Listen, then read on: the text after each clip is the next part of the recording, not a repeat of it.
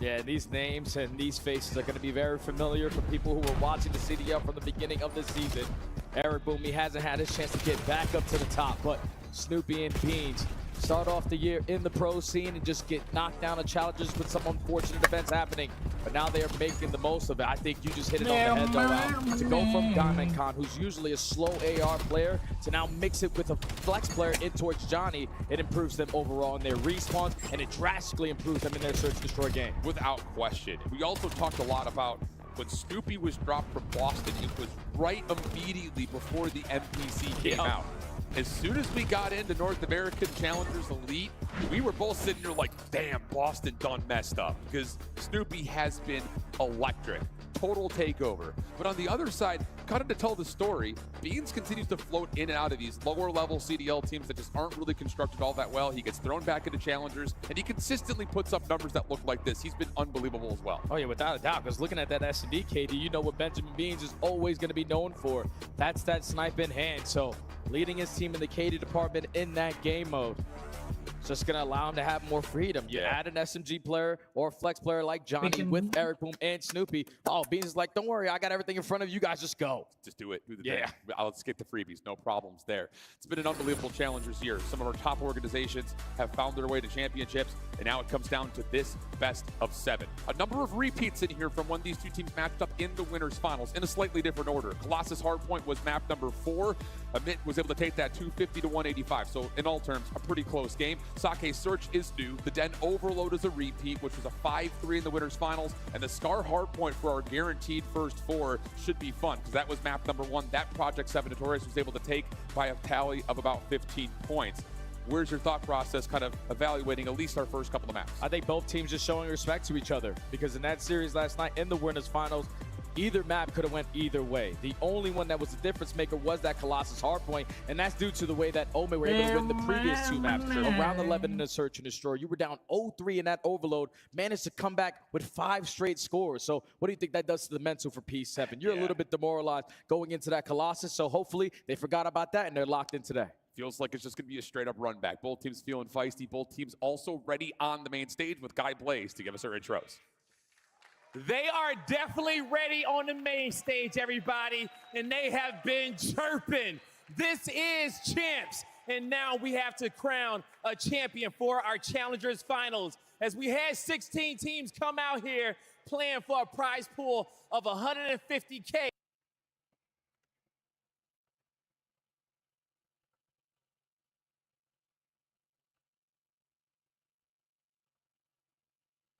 You got Beans, Snoopy, Eric Boom, and Johnny. Players who know this stage all too well, looking to take down the squad to my right. Omit, a team that has been in these finals so many times. You got Denza, Ethan, Aspect, and DK trying to show everybody what excellence looks like in Challengers and showing that they can take this series. Now the players are ready to go. Vegas, I know you guys ready to get the day started, and you all are ready at home. This is your Challengers Finals, and it starts now. Just look at this kid. Let's get it. Project Notorious, CDL veterans on the stage looking for a bounce back. Amid the more unproven but tested and providing the results you need as a bunch of younger guns underneath the wing. Kind of mother bird Denza up there. Should be a lot of fun. Before we get things kicked off, I want to give so much love to all the organizations that have participated so far in Challengers. These 2 teams in particular will be at EWC. You're also going to have another that has already qualified. The LCQ still to come. So some of your favorite players, your favorite brands are there. But throughout this entire year, Challengers Elite has been a movie. I don't know, so it I just want to give seems a a bit, huge shout out to all the other it's commentators and production staff that's worked out there. Starting off with Dandro, Enigma. They've been unbelievable running a watch party right now. Spaceman, Gaskin, Stage 2, Proper Infinity, Stage 3. And our boy Visions and Seymour in Stage 4. Plus, of course, our boys across the pond, Brycey and Ton, holding it down in EU. It's been a really, really fun year. It's an honor to be able to sit up here and give you guys the sights and the sounds as we cap off the season. Yeah, we needed all that talent for all that we saw throughout challenges this year to keep up with. You got the vets, you got the young guns, you got some rookies making their first attempt at Call of Duty. So like you said, big shout out to everyone that was able to participate on this side. A lot of new organizations coming in. I'm not going to watch the interesting match, but and you the know. Staples still showing where they're at the top. But this battle between these two squads, there's no way in hell this is going to end in 4. How do This you is know going to be a that? bloodbath. I think so too. Just especially knowing that we get What is it- 3 maps in a straight run back in our first 4. Feels like there's going to be a little bit of, okay, here's the mistakes we made. Just clean this little thing up. We should be in for some electricity here early to get this venue at least somewhat sparked as we look forward to the rest of the day.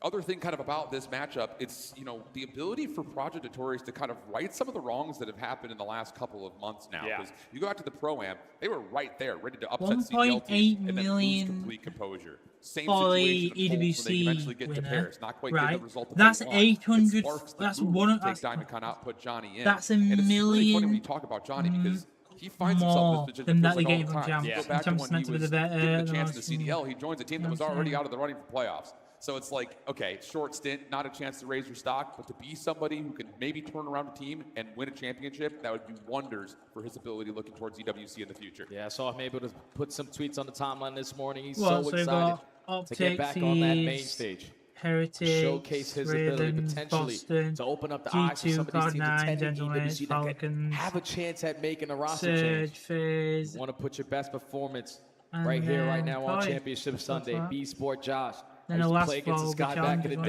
day, and now he's teaching the game to some young bucks. He's got these guys locked in, fist bumps going out, maps about to start. Absolutely the case. Other side of things, another quick little shout out, our boys at CDC Intel who have been giving us all the coverage on the backside throughout the entirety of the weekend.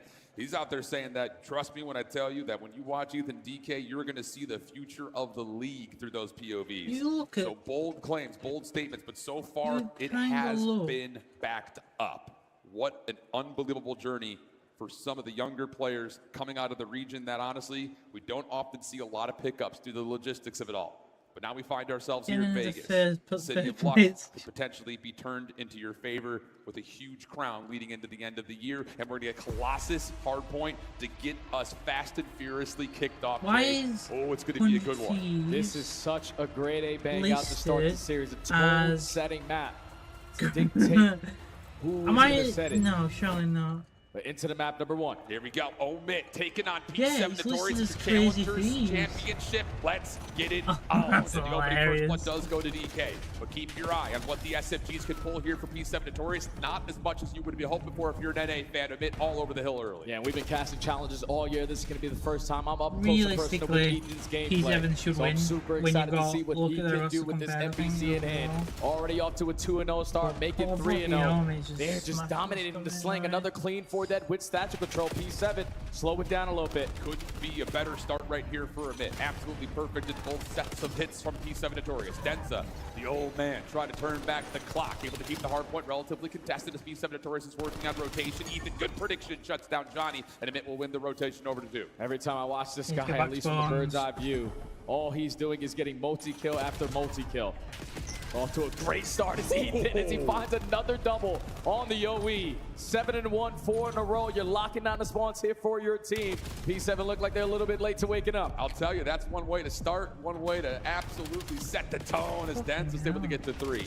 Now an opportunity for DK to show what he's got. Lots Oh, of it's damage just in and another potential fucking double league makes right it now. easy for Aspect. Ethan, the cutoff man. Follow up from Denza off spawn. Imagine Try to a contest this relegation middle portion of the map, and through the in first 30 CDL. seconds, this has been So the perfect bottom for 2 Omit. teams And go if you're out. on P7, now The you are top forced to 2 commit to the teams front. go Only in. 30 seconds remaining. You don't want to hit these That jump would be routes. even better because you have Potentially someone clip like these Omit spawns, but it's who go in, Aspect who can actually locating go for 5. They have a good That's going to roster. lead to all 4 dead again. P7 got to make tough decisions now. Are we going to contest this final 20? Because we obviously don't want to give it up, but we need to set up at the new HP as well. Oh my goodness. I mean, we've seen Denza snap, getting ready, get wild. He's showing that he can still hang it at this age, but behind that Aspect and Ethan are not just hanging, they're taking over, and DK's just soaking up the hill. 71-7. Thank you for the scrap time if you're P7 Notorious, but the rotation battle is what's important, and it initially starts off with Eric getting into the hard point, but Johnny has to follow, and P7 have the numbers. And they also take care of Denza, so now some space to work with because you're finding these kills if you are P7. And you get a good chunk of time to keep yourself into the mix at this HP. SMG starting to come alive. Yeah, 2 for 1 in the realistically, trade. Fight's not going to allow over the playoffs. advantage that they were looking for, but Denza's trying to set up on this bench. Eric over the top, lots of damage in. Gives the kill over to Johnny as Johnny and now Chess, Snoopy are trying to right. hang in from the front. And Snoopy says, Well, you think you guys have any issues with the SMG gameplay? Any questions? I can handle it as well. Beans trying to follow up, but it's Denza with the final double. 20 seconds to fight for. Eric on the pinch. A little bit weak. Has to back off, value his life, but lots of damage to DK. And he wins the second battle. That allowed the rotation to start to come through for P7. Yeah, that's big plays there from Eric Boom. Locates that double, secures this side of the map for his team to spawn check what in that games situation. are back game. To be a little bit sporadic, but keeping yourself in the game. A 40-point difference. You're trying to get this rotation. You're trying to chain this P through to P4. And now it's all into the hands of Eric Boom. He falls. Omen have the back spawn. Yes, indeed they do. Plus they get a couple of SMGs to start to contest over towards the front. Aspect will fall. So will Ethan. Numbers now just down to Denza. He's trying to play his life. He's going to get one player to spawn up with him. That's Aspect. He's able to push off the play for the spawn flip. But inside the hill, P7 have done the dirty work, 38 seconds to fight for, and our team in yellow find themselves in the hill. Yeah, it's a clean break, and now you have some trophies to potentially to use here. Try to soak up this final 30 seconds. Long route still being hit from Omen. They want to get this time. They want to try to get P7 out of it, but the only one that finds a kill is going to be Ethan, but that's good enough to at least secure the back spawns for Omen. Yeah, great presence and great patience from DK, just getting a couple of the tags, wait for your SMGs, and then it's all action. Amit looking to get past the 100-point threshold here early. Johnny able to find a double, opens the door for maybe one last hit for scrap time, but it's immediately shut. DK still hanging. Snoopy up and over will get a couple of seconds, but realistically, it's not that much. So P7 going to have to set themselves up for P1 hold. And now if you are P7, you're thinking in the back of your mind, we can't give up that P1 to P2 opportunity again this time around. The prizes for It's only going to be easier because you have trophies to try to lock down this statue control. Trades going back and forth. Eric Boom and Snoopy, though, walking away with the majority of them, and that's going to be all 4 dead. Hard blocks going down. This is a moment where P7 can get themselves back in it. And developing routes and opportunities for Eric Boom on top of that. Ethan opens up the hard point, but here it comes Boom Boom. Able to find himself 1+ damage onto another. Should be enough for Snoopy to find the easy freebie, but loses track of DK in the corner, who turns that into a huge double. What a play from DK. Amit now with numbers, still fighting for the hard point, but also simultaneously able to scout out Beans from the backside of the P2 spawns. Brilliant moment for Amit. And if you're on P7, now you want to get this P1 remaining 15 seconds and also apply the pressure with chaining these 3 kills together. You're going to spawn 2 players from Omen all the way across the map. You need to win these gunfights because you have the advantage, but it's still Omen holding it down. A 20-point lead. They have the spawn that they can only continue to grow. P7 working on the break. Hardpoint opens up, and a couple of kills come through from Eric Boom. We jump on in for our first listen in with P7 Notorious.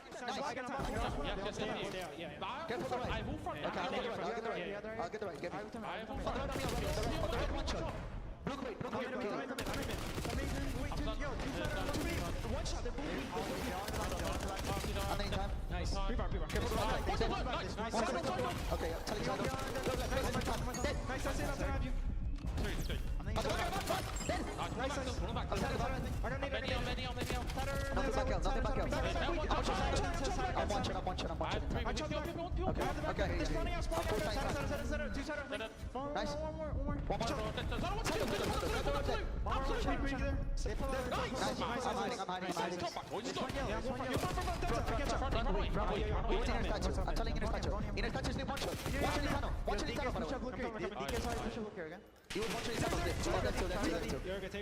take your time now.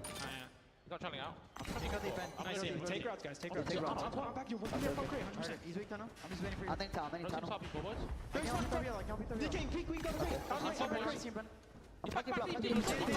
Watching play is like so annoying. It just adds after ads after ads. Then you are an ad for the fucking ad.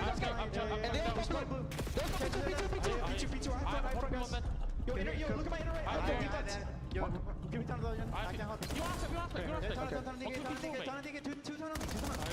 One more, DK weak. Yeah, follow me. I want easy tower. It's 10 killing. Watch it, 10 killing. Nice. Yo, I'm getting good. I'll get him.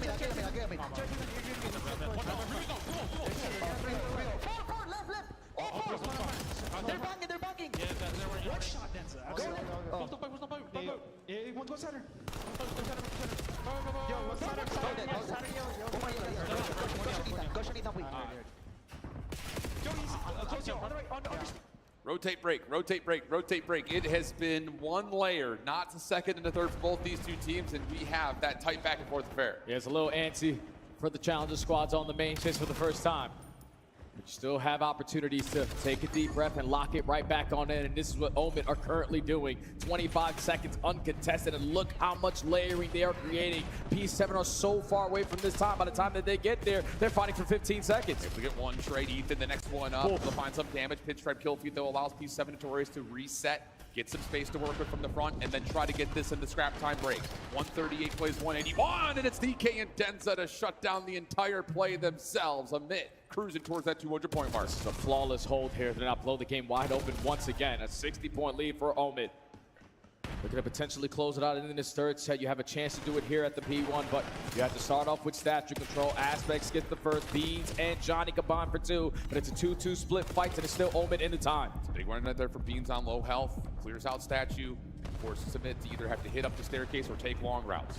Nade lands from Denza, though. That keeps the focus purely on the front. Have they missed the window here? As Amit trying to make the play around the back. No one was watching that hit whatsoever. Eric trying to clean things up over from statue side. Gets the first. Can't quite connect to the second. Snoopy, the last one left. Able to at least keep the hard point in contest. And that allows P7 to come off spawn and get right back in the hill. Yeah, and they're not really focused on maintaining blue side for now. You want to get as much time as you possibly can.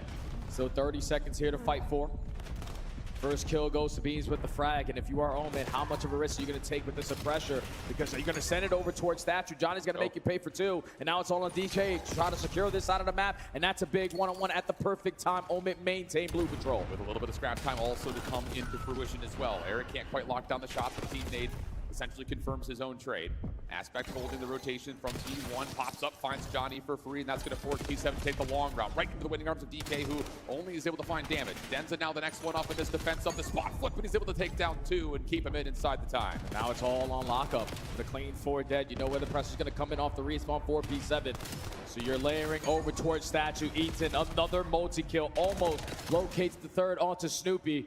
But that's another wave already shut down. P7 had to do a team push for this final attempt. And it has to come from the front. They don't have time to make the play around the back, so now Aspect is the next one forward. He will find 2. 1v1. Denza taking on Eric. Over the top, not quite going to happen. And Eric's double will keep P7 into this map and likely to see another hard point. Amit wanted to put the pressure onto the scoreboard, though. Looking like they're setting up for a break of this last scrap time. Ethan, route around the back. Beautifully played, but sure routing. And that gets Amit now close to the finish line. Yeah, you can no longer win here, so you're going to race them over towards the P3. You're going to beat them to the punch.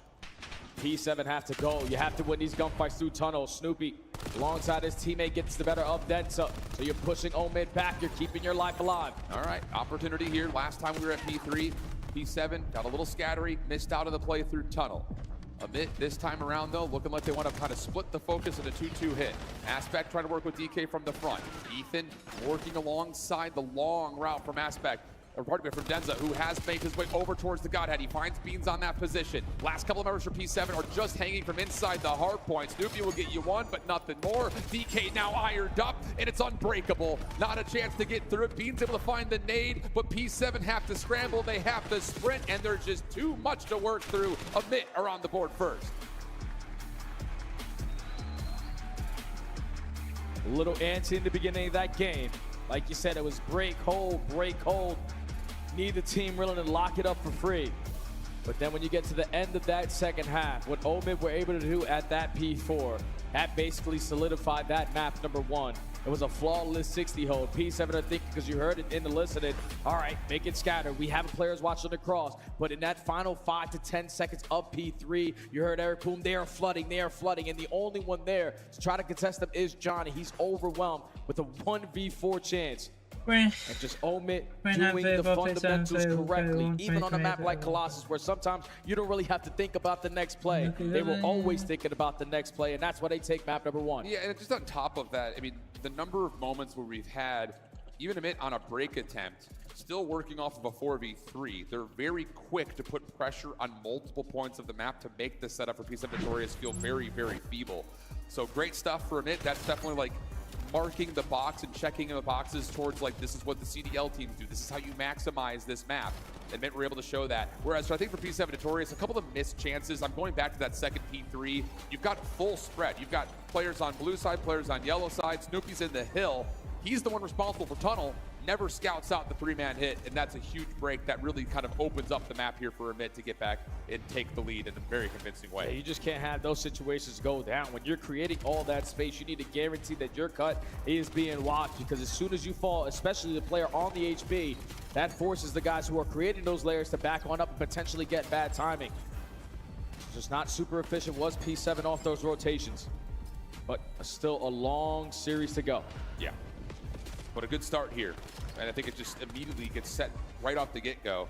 But Amit's able to just wipe P7 off the floor and essentially 3 straight respawns. Definitely puts that right into your mind of, whoa, yeah, these guys are coming out hot. But I would say, like, considering how mismanaged the first rotation and a half was at Hills for P7 Notorious, they kept it scrappy. Yeah. I mean, you're still finding individuals who are making big plays to keep yourself in the game. But we talk about this all the time. At a certain point, when we get late into the hard point, you have to be able to rotate, you have to be able to hold on that first break attempt, and P7 just really weren't able to fully do that. Yeah, they tried, man. They tried everything they could on that second set, because when you go to the first set, the P1 to P2 chain was way too much for Moment. Then you go into the second set and you right the wrongs there. You get the P2 to finally go your way. You get the kills off the rotation over towards P3, but then the money hill at P4. That is where you can't afford to die in those final 10 seconds, because you know how impactful that hard point can be on the map, and they obviously saw it. They couldn't get a single second off of it. Colossus can turn into a bit of a blender. It's hard to keep track of where everybody is at one particular moment, and Amit able to create just a touch more chaos. Map number 2, Search and Destroy. Let's take a look into it a little bit deeper. It's going to be Sake, and I will say, you know, we've talked a lot about this map as it was brought in towards the CDL. It took a while for teams to figure it out. It'll be interesting, I think, just to see what the EU boys have in store for us, because it feels like, kind of watching back over how they played in Europe, they were getting away with just being better. Yeah. Like straight up individually better. So now you have to kind of go into this one fresh map. You haven't played P7 Notorious on it yet. With how good is the game planning to see if you can keep your advantage and go up 2-0. I think if you are Omid, though, just the way that you came out in that map number 1 with the game plan of pressure, that can lead to success here on Sake. Ethan is the multi-kill demon right now alongside DK. With that AR in hand, just keeping him safe. If you dominate bottom pit control, you're basically going to take Beans out of play. Yeah. Because in Search and Destroy, he's at a 1.3. And the majority of those rounds, he loves to run the sniper. On a map like Sake, that pressure could be instantly in your face. So you have to make good decisions if you are Omen. Are we going to challenge him? Are we just going to invest in smoking in and just run at him? Those are going to be the game-deciding decisions. I like that call. Utility efficiency often undersold in terms of how we approach it on broadcast, but increasingly important, especially on a large map like Sake. So here we go. We'll load on in, see what will unfold. Yeah, there we go. Thank you, Vegas. I hear you up there in the rafters. I see you. It's pretty early, man. I'll say. And this is what you're talking about, though, Jay. Talking about KD leaders, it's a 1.3 overall, but this is a silly number. 2.3 in the search for Ethan? Come on. 77% chance at getting that first blood. That is unreal. He's basically going out there and guaranteeing his ones. And look at this initial play call from Omen. You're not expecting a triple push through Rock for the first blood. And Johnny's sitting here like, wait, no, they didn't. There's no way they just hard hit through Rock like that. Beans will get you one back, but the round is getting a little out of hand.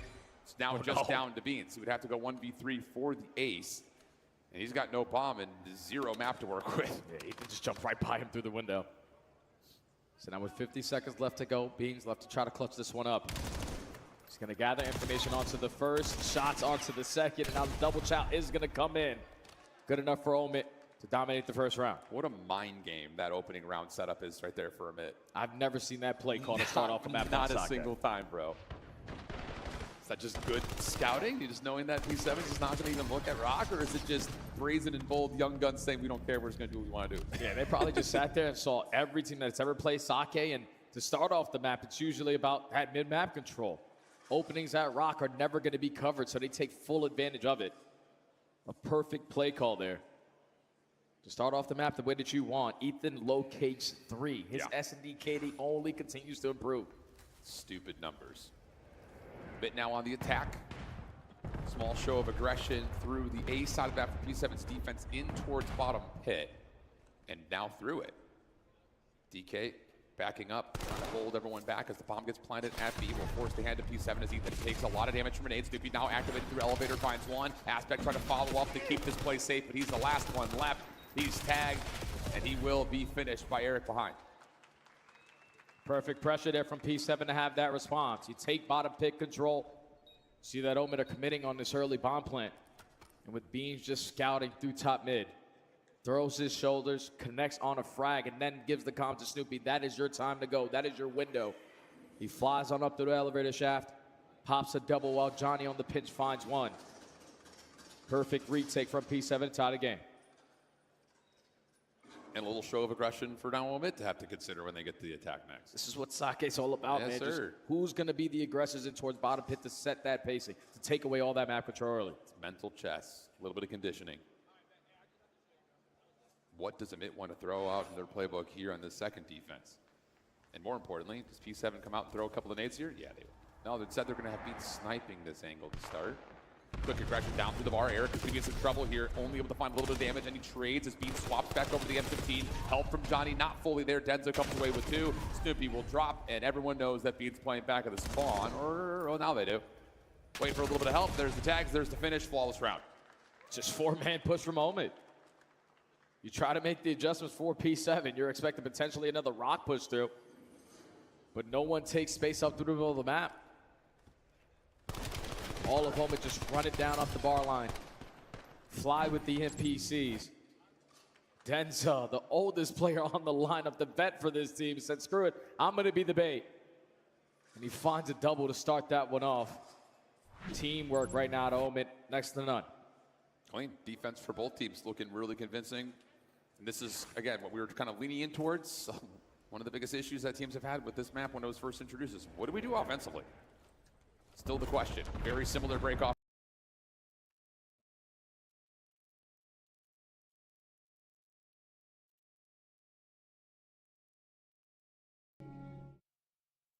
That's factory well into the main event because it just.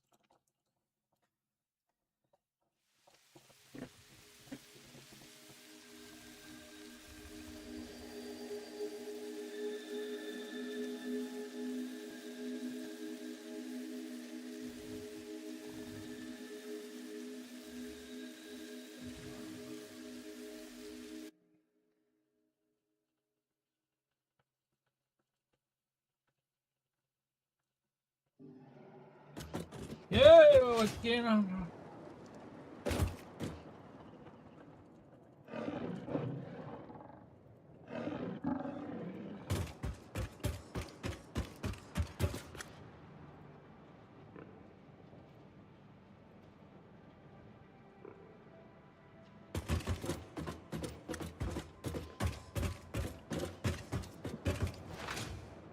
We've installed the lights.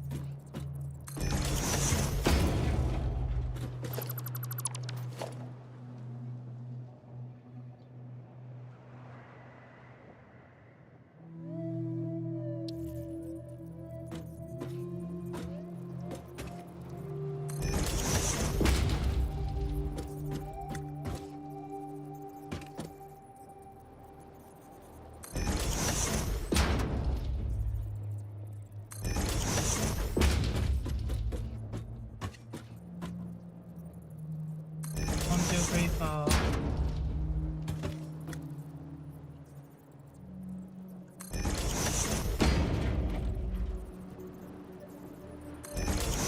Sabas.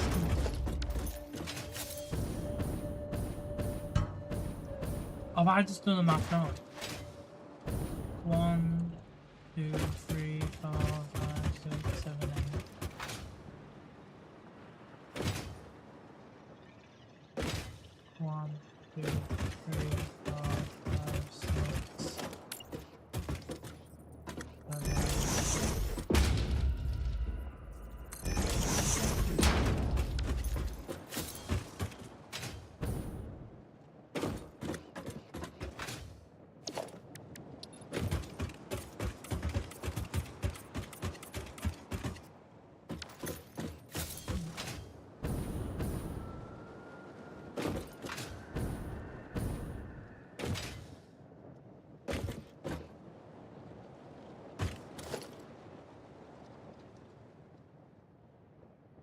Some merger in here.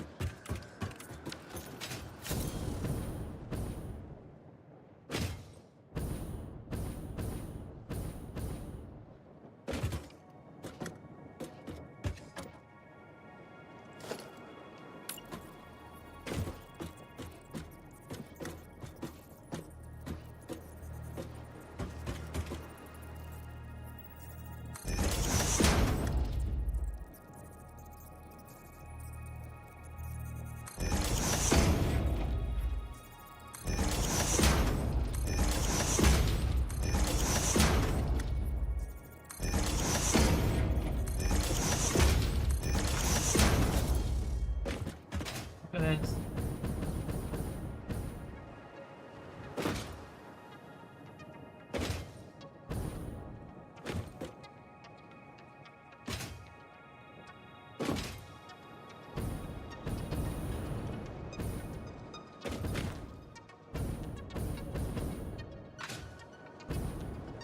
So this is for copper. Either yeah, signs already placed. Copper.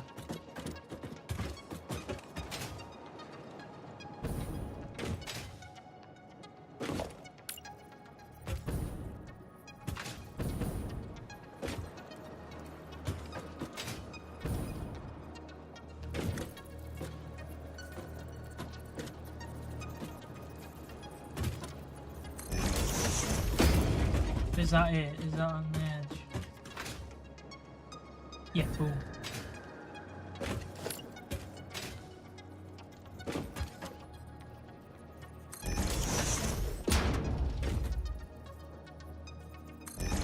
It merges into 2 lanes, so then we can... I hope I've done this right, mathematically, anyway. New wire. Yes, no wire.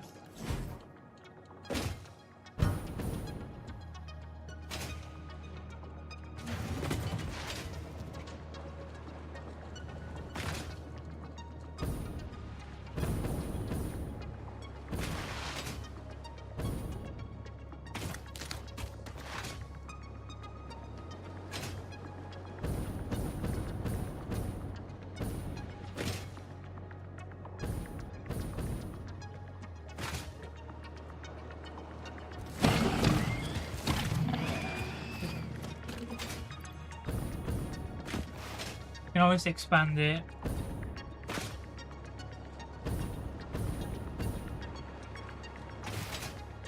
Do all these for one friend now.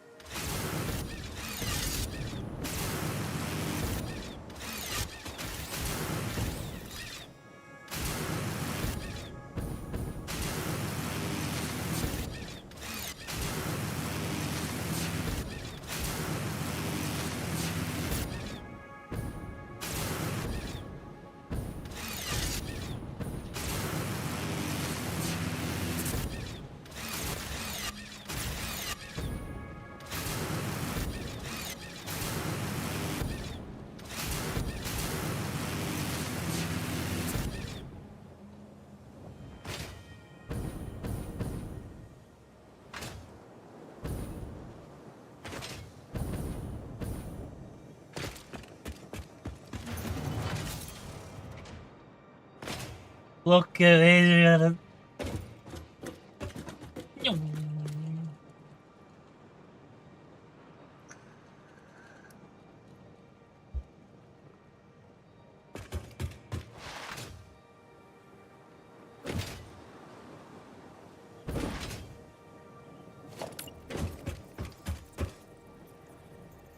long as it all lines up, that's all that matters with it.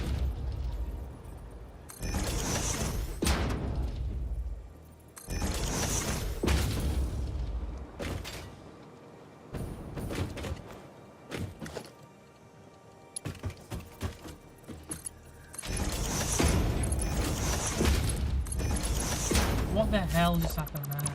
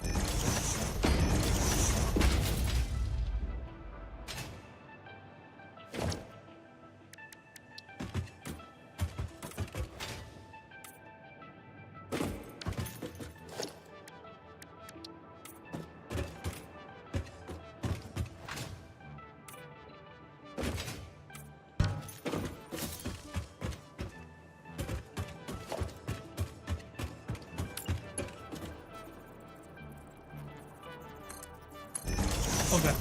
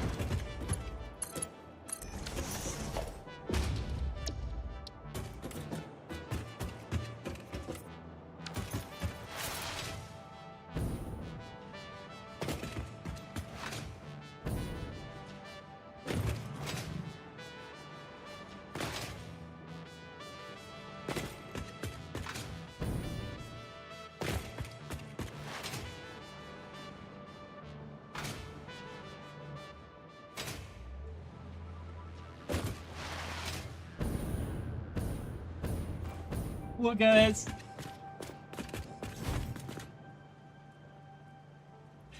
See, this factory is genuinely complex as fuck.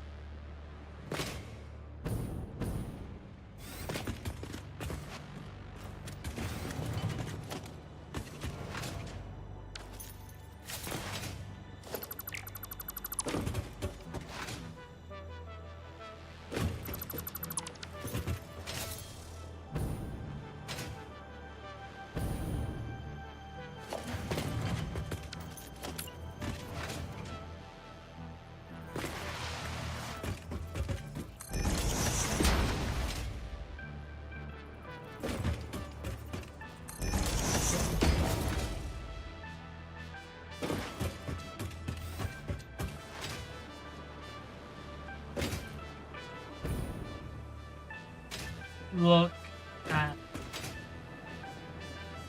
Boom! This is genuinely the most. This is the nicest factory event so far.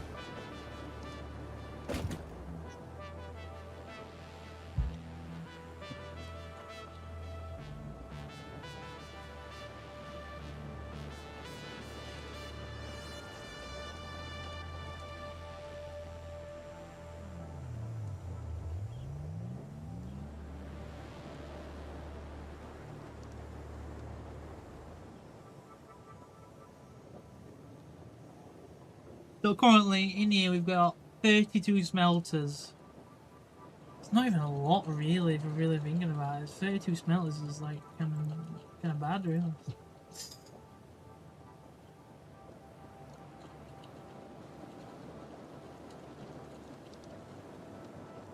Not even that, you know, interesting.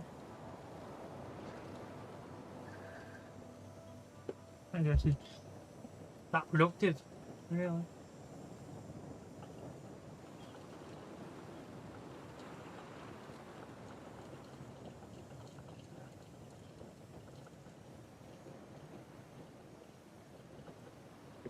So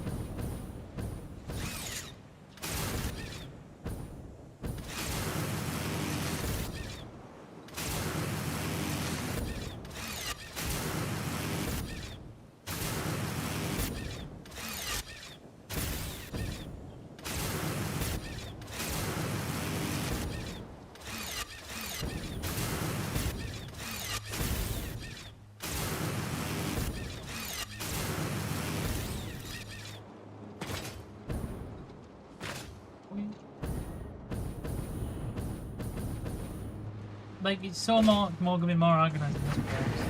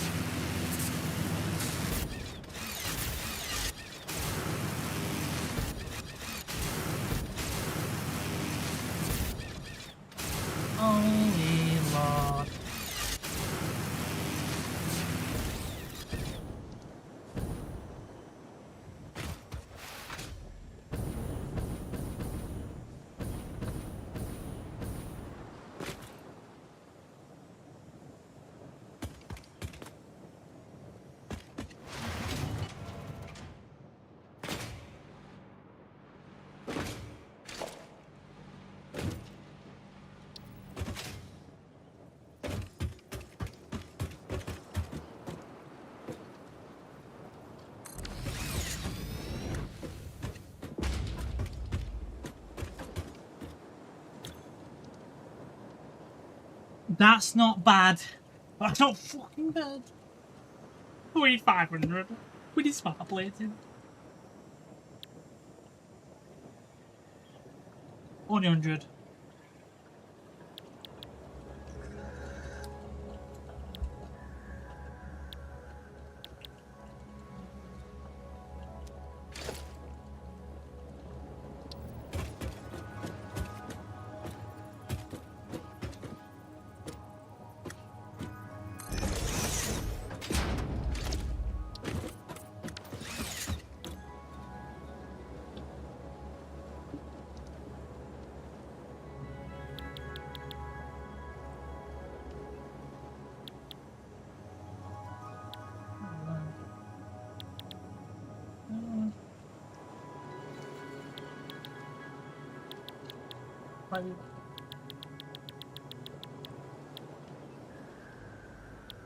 I reckon we do alternate stitched iron plate because it's doing copper and I'm not making fucking screws. And then rotors require screws. Then it's gonna half the amount of screws. No even it's not. This is gonna take 1 per minute. This is gonna 2.5.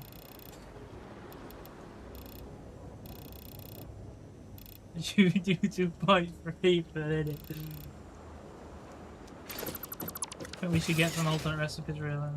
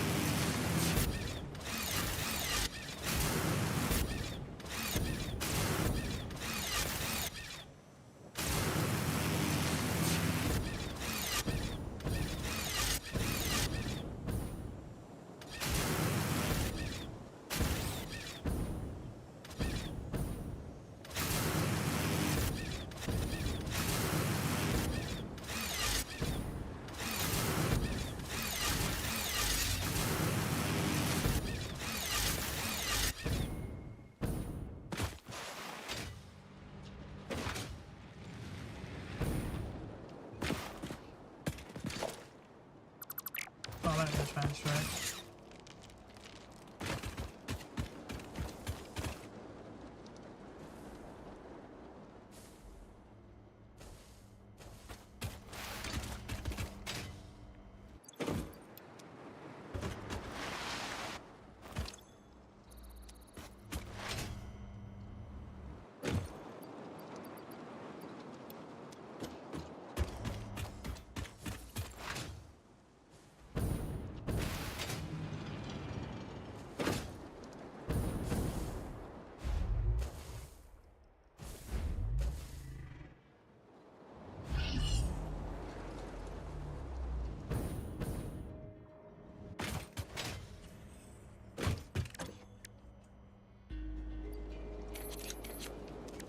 Fucking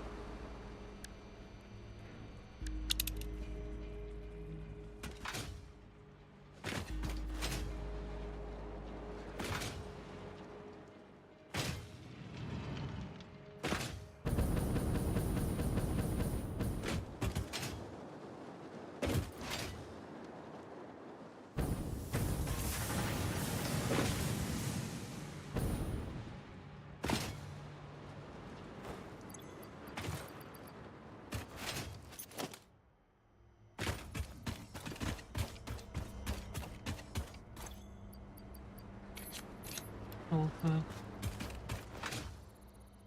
What do I need for this then? Ball, what do I get? Ball.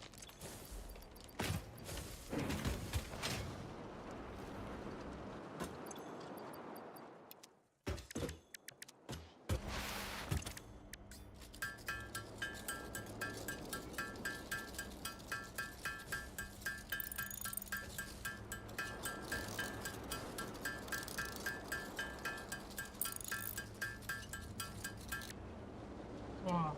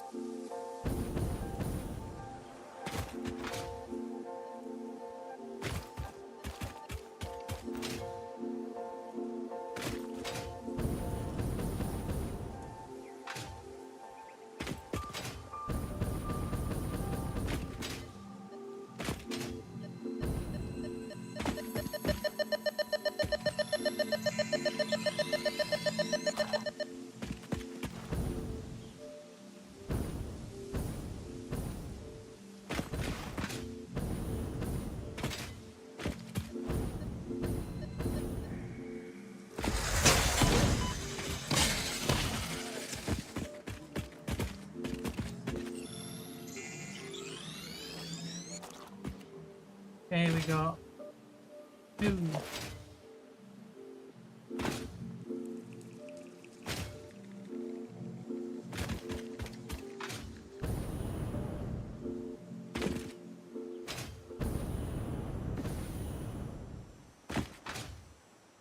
Of course, it's we're gonna have to just do a quick flyby. 3, 2, 1.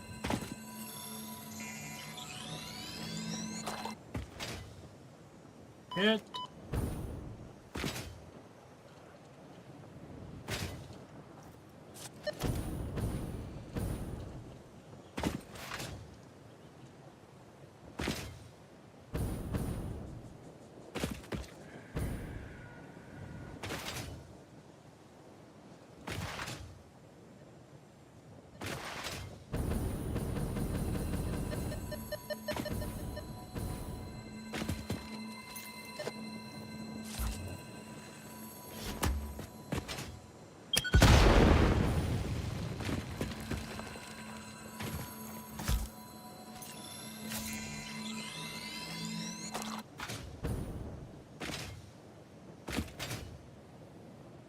Oh.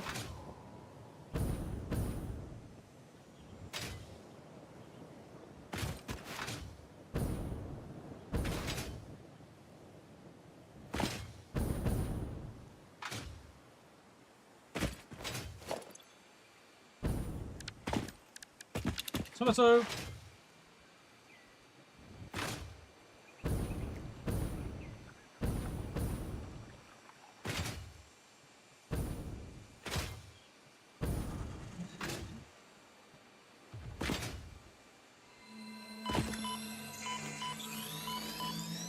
Run.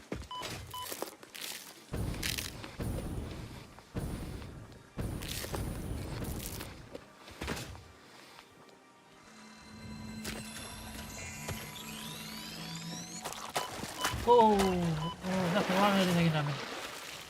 Oh, bees!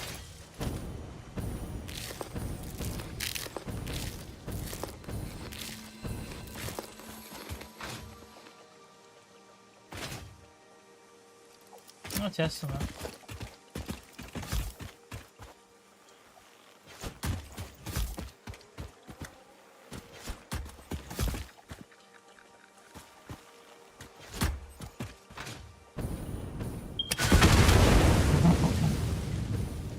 Boom.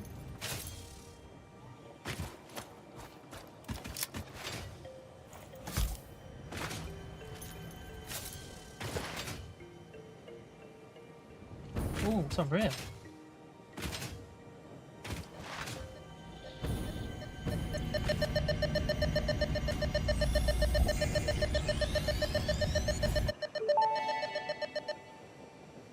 Almost real.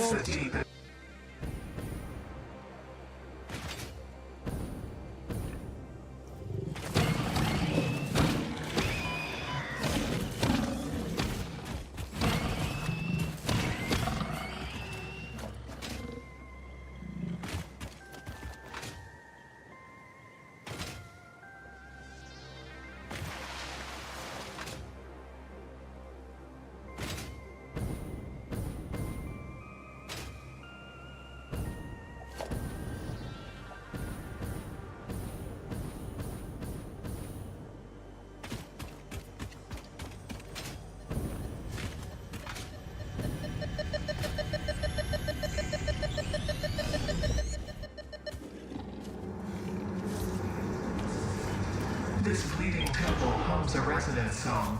Play for us.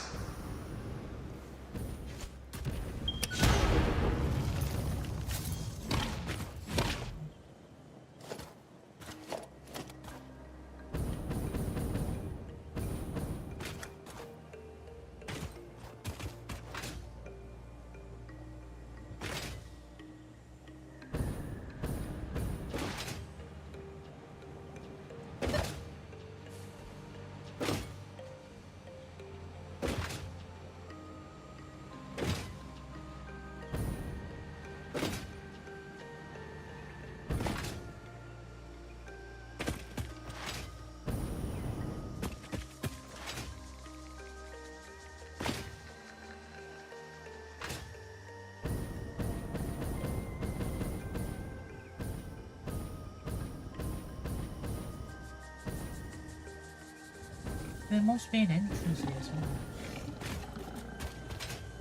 Oh, there is. The Master of the Euro just to me.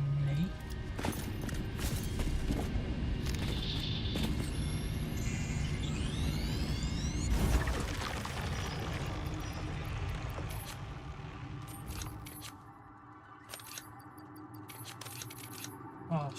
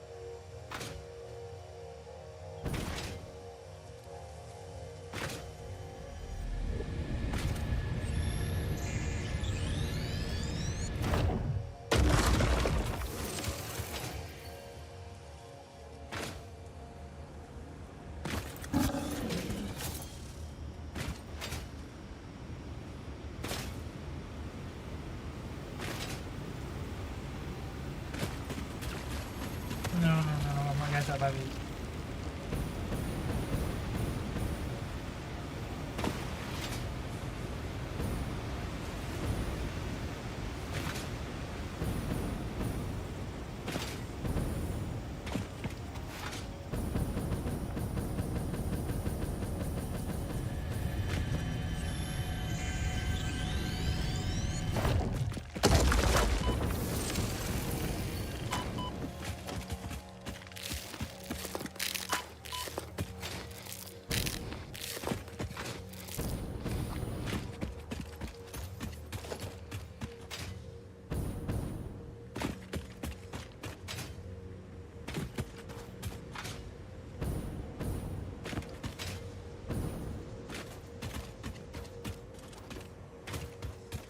Radiation level.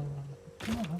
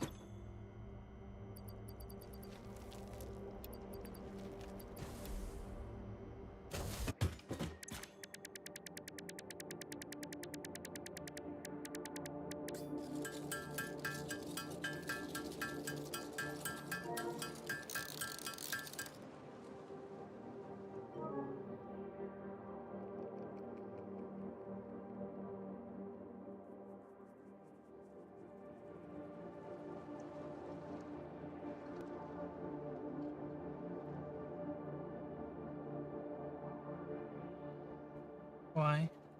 Just something in that. No, it's, no. What?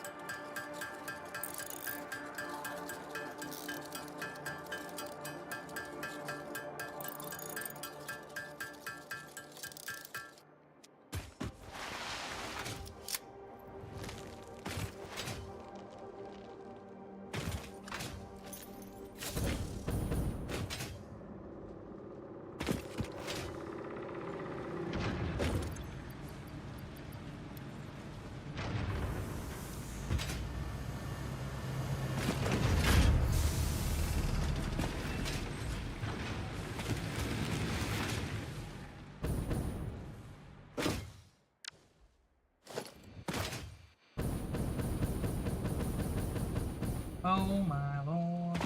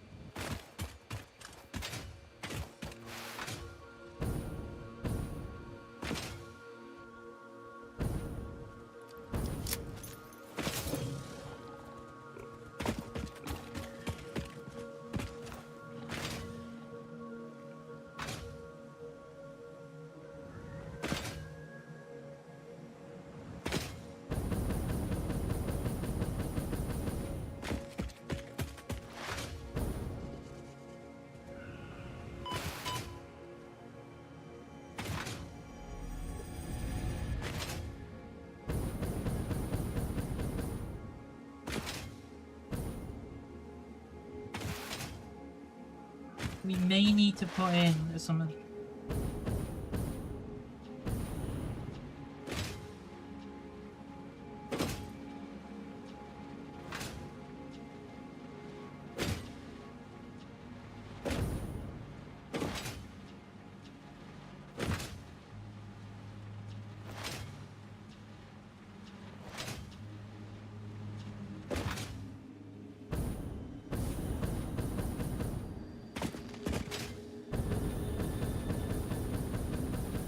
Reclaim, sorry.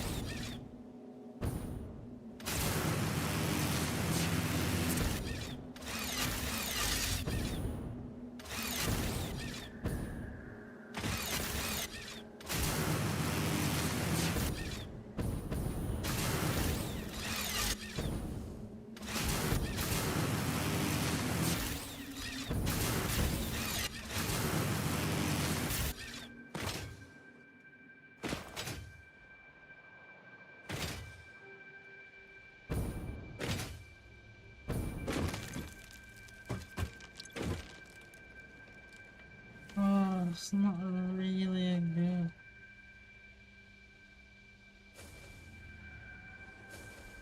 God. Oh, that's an awful one. That. We'll put another one in.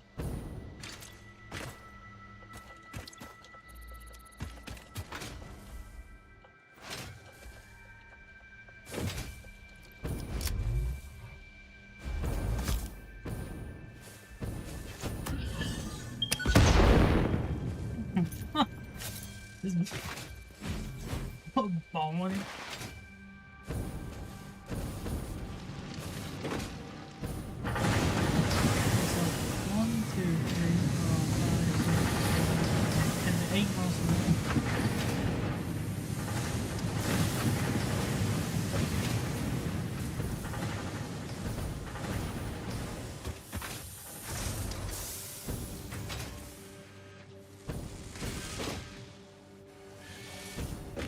What's this again?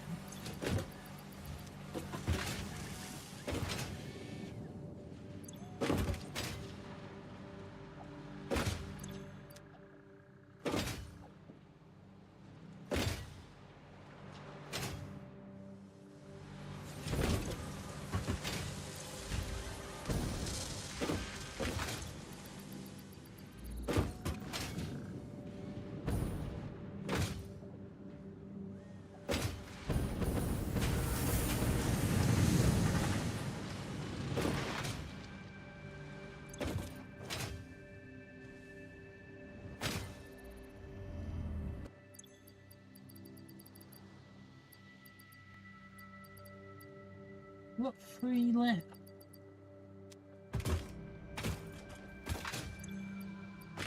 We've got 17 of them.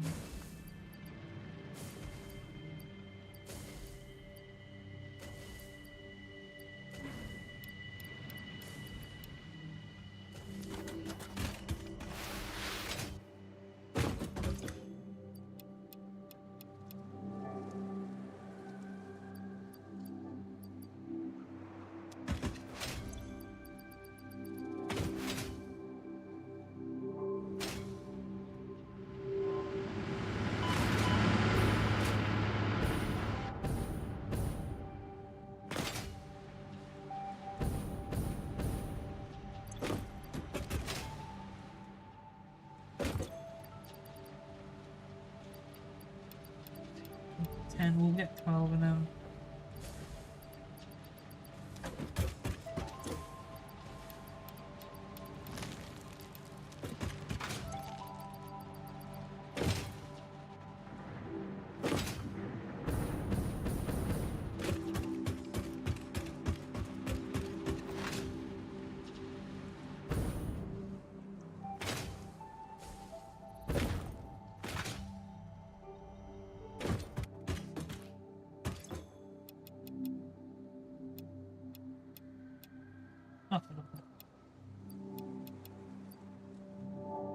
I need 200 now.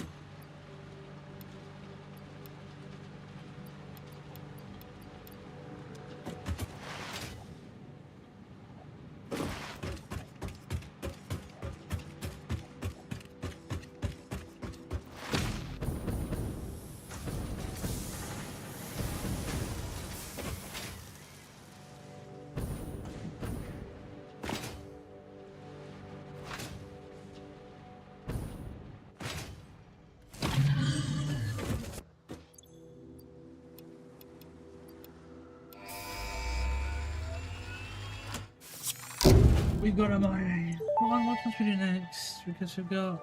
we don't need Milestone that. reached. Trains are excellent for efficiently moving vast quantities of parts. Train logistics can be made more precise and complex with tools found in the railway signaling milestone. I listen to all my pioneers, often when they're not even aware of it. So due to popular demand, I have added a motivational message. Choo choo mother. What was that? Choo choo, motherfucker. Oh shit. Not bad. Not bad costs, really. Yeah, it's not bad costs at all.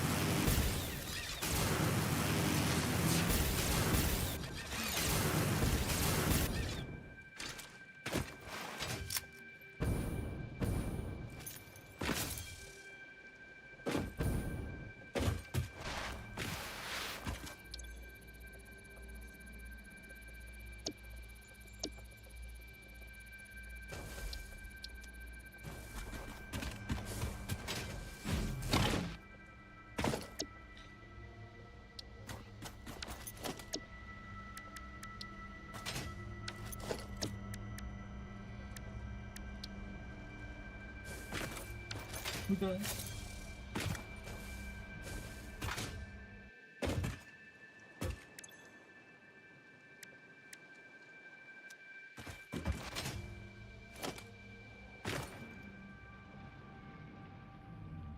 Can compute.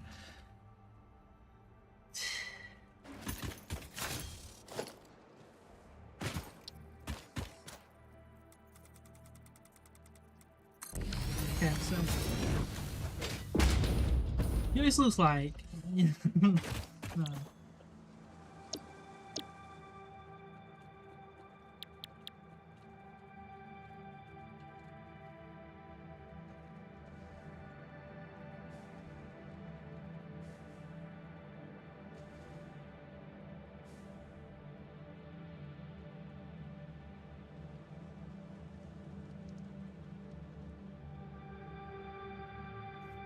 What do we need that for though?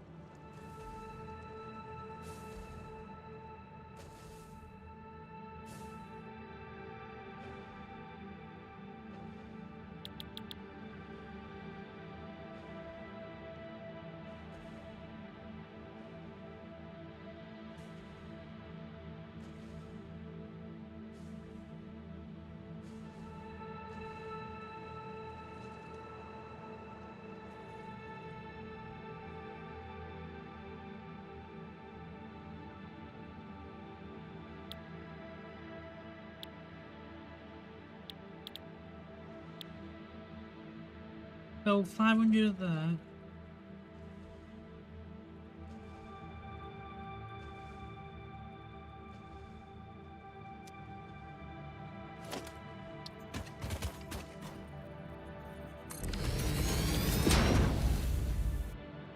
Got that. That's 2,500. We can net that easy. It's just we need a constant supply of machines. That's just a shit recipe, really, isn't it? But we have got an excess copper.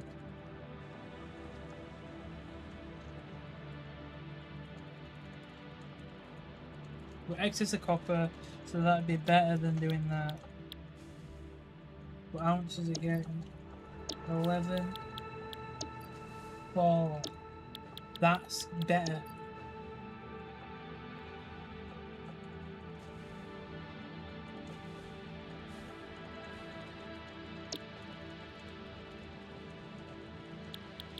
Automated wiring, what do we need that for again?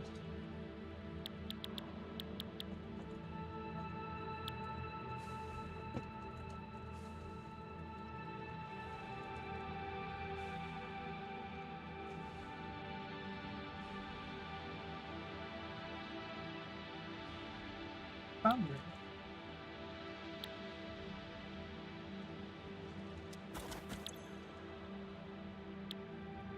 Computers. You know, some Mac computers. We need computers for that. Now, to make computers, we need that. Which, in order to make them, we need. Oh, fucking hell.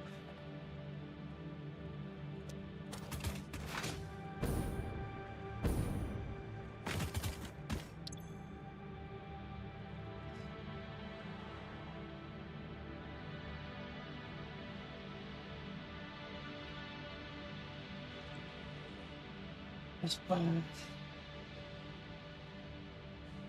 Oh.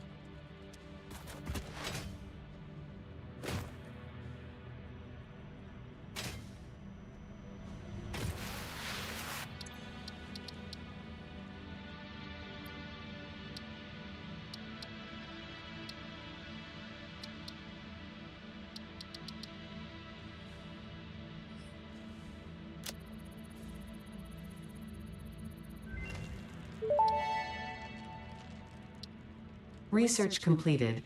AI limiter recipe unlocked. New Caterium research available.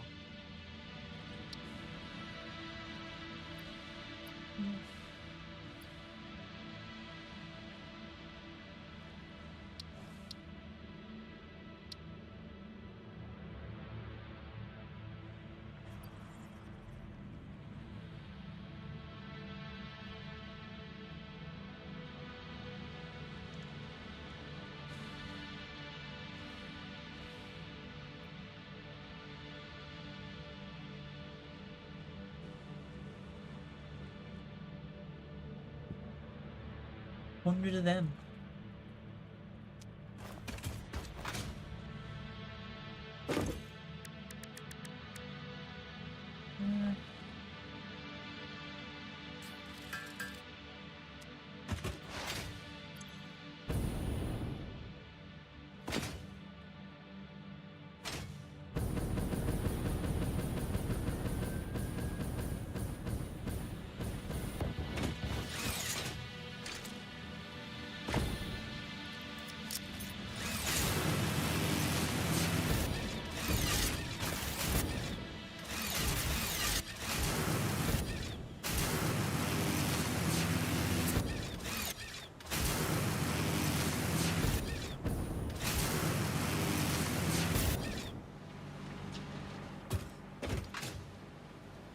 Wrong way, wrong one.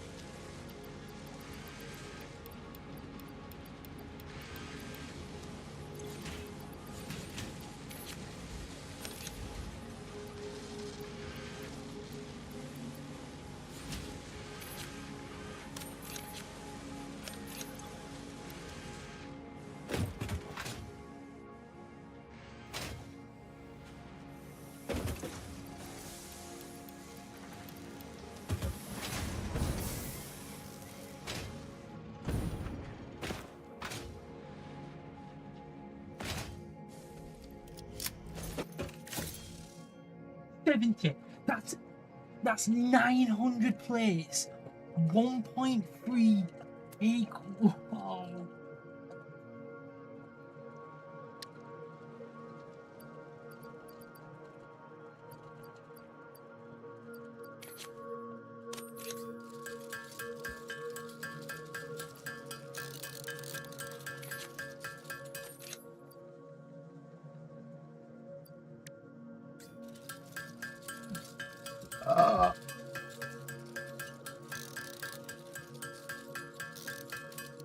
We're still a narrow way. Like, you made the main event an hour off from the set or something.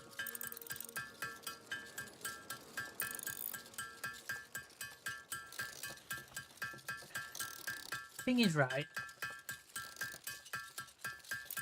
challengers win this tournament, don't the players, then this is the number one for the challenge. They don't go anywhere unless another team signs them up. Whereas if they had a relegation thingy, the top team would move up.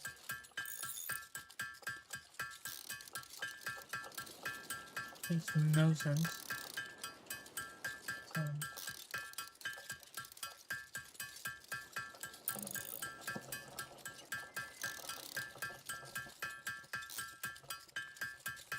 There.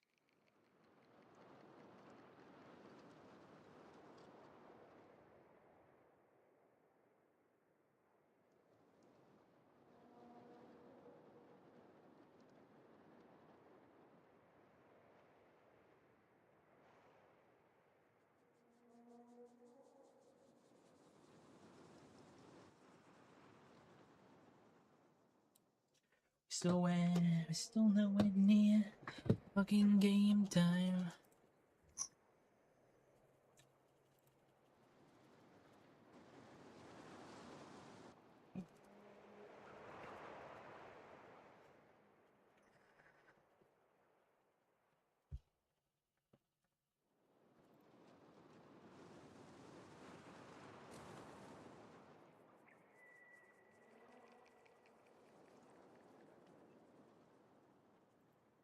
Budget League. Challengers Grand Final. The Omnis is dominating.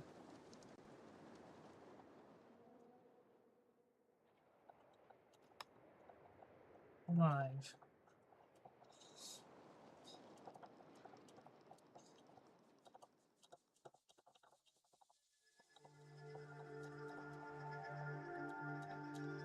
Yeah, we met him.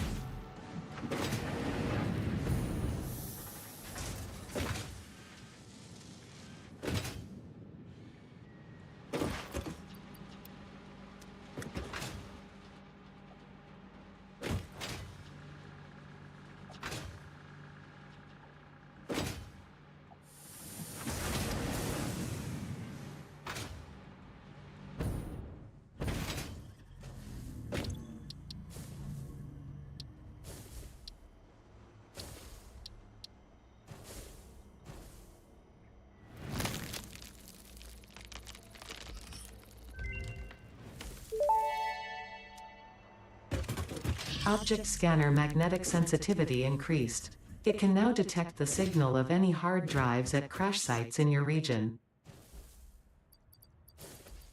Might do my sword.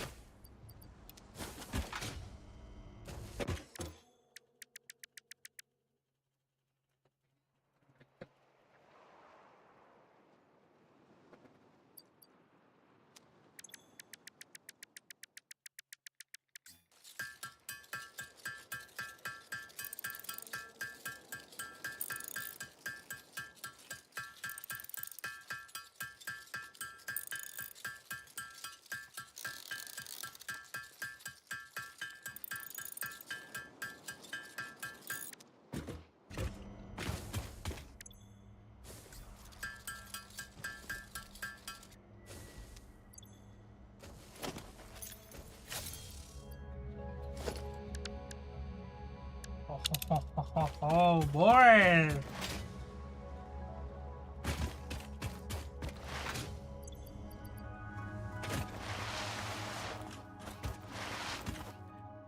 We ain't even fucking close to the match yet. It's like, you know what annoys me about the fucking CDL now? It's like everything's so delayed. Luckily, it's the last search and destroy of the challenges.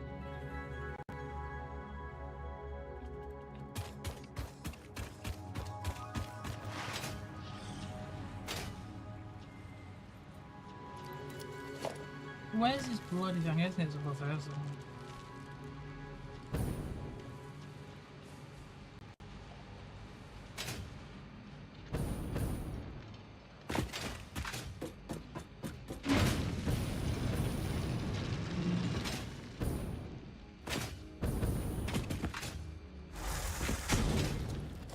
Realistically.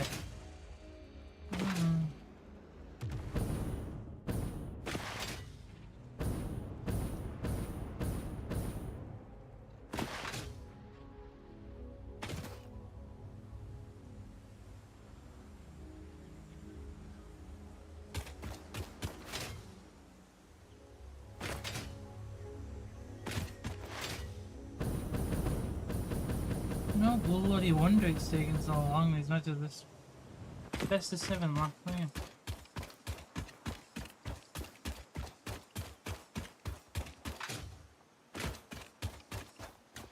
It's almost been dominating. Almost dominating from start. Where's the radiation here? Oh, it's there, that's why. Not shit. Yeah, it's up there. Yeah, no, I'm not gonna be able to get to that.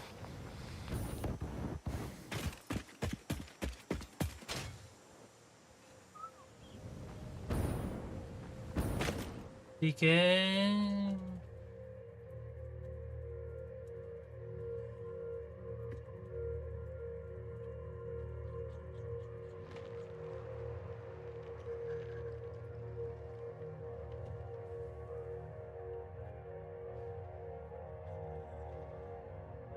I hope Renegade gets a spot. I think Renegade might get a spot in the league next year.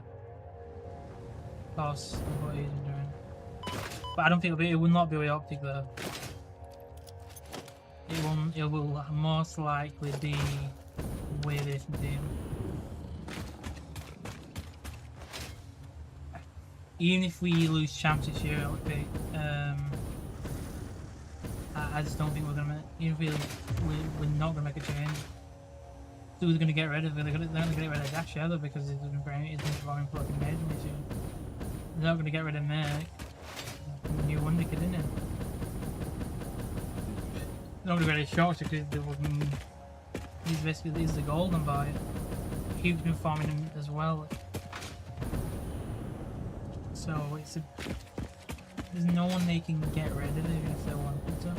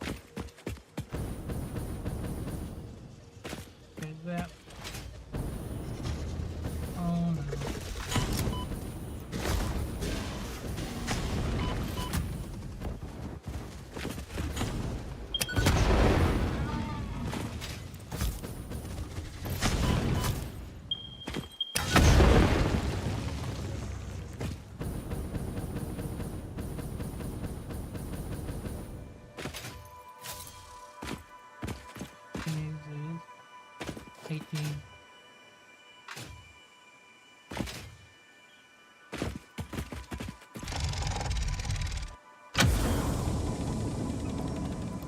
Right, John.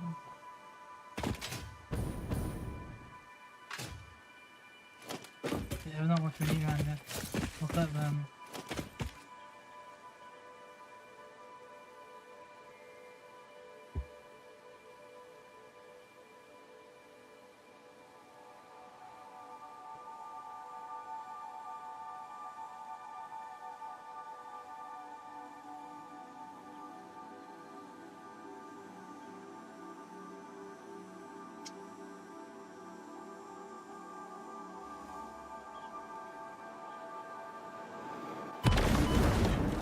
Oh.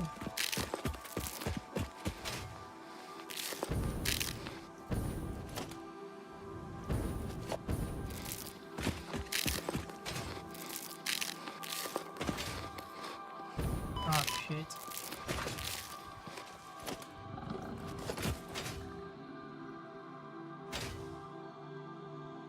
Ah. We need to get a gas mask combined. Oh no.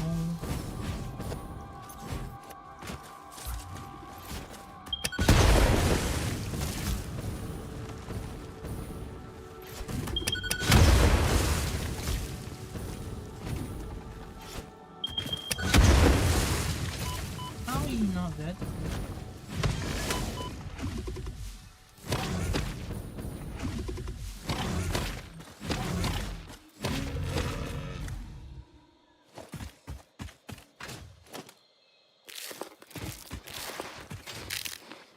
Oh, V2. Easy computer.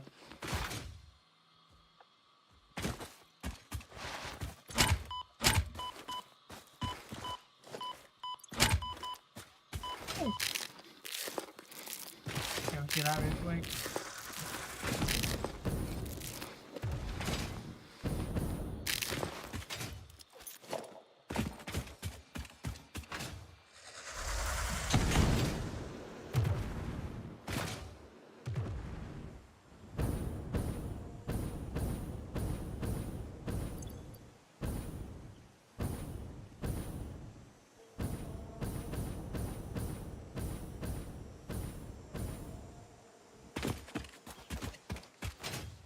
Oh no. Never gonna get that one. Need some stuff around here.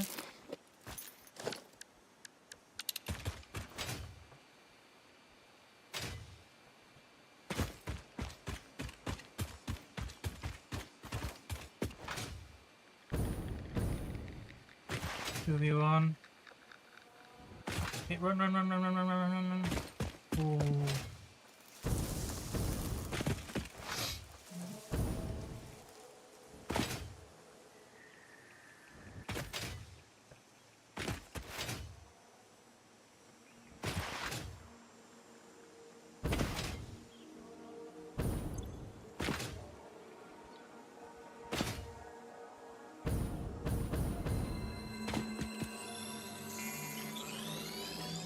Bang.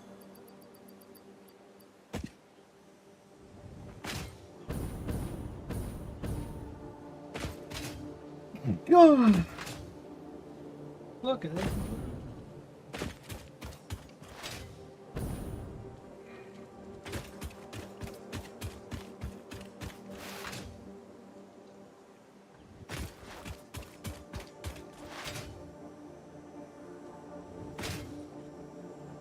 Yeah.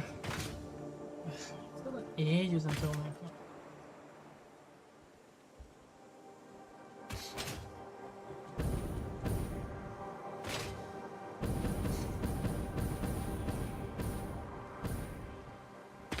I do think it's gonna win, but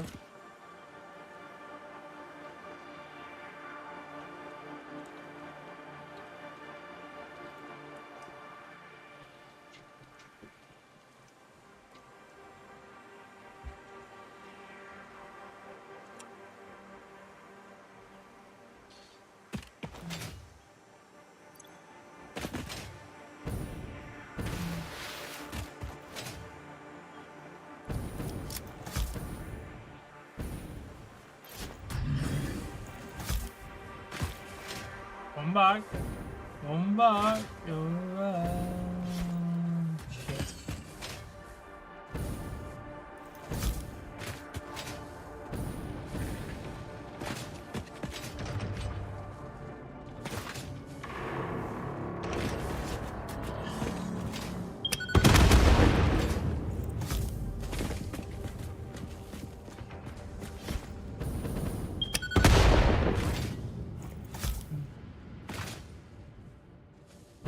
Come on.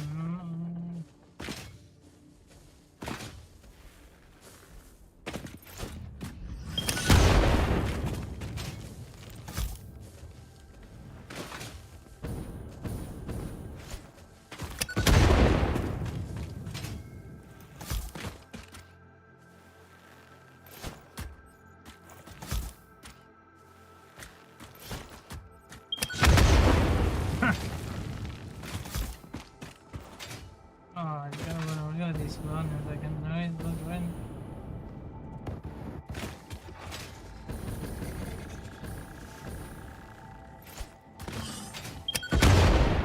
Okay, I've got to start trying now.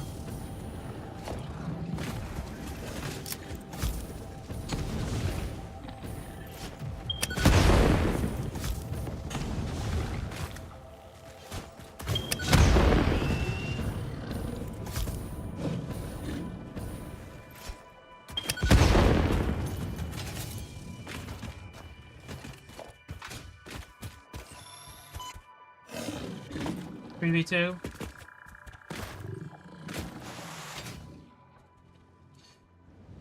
Three v one. I missed one.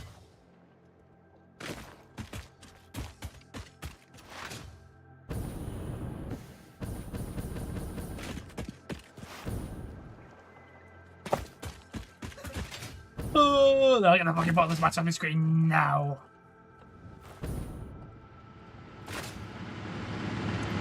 Is that a line? It's a hard one being Optic and FaZe because FaZe really did beat Optic and it was like I wonder how many years that she's got left because he's still performing his peak, his best he's ever seen. I mean, I know BO4 were like a really good year for him, and that way he's won back-to-back World Championships, MVP at last major.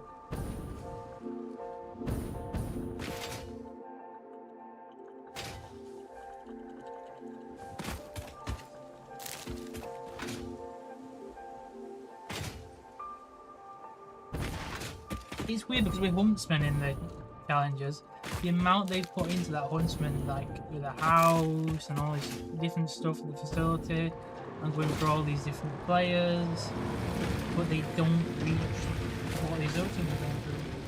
We don't have as much resources.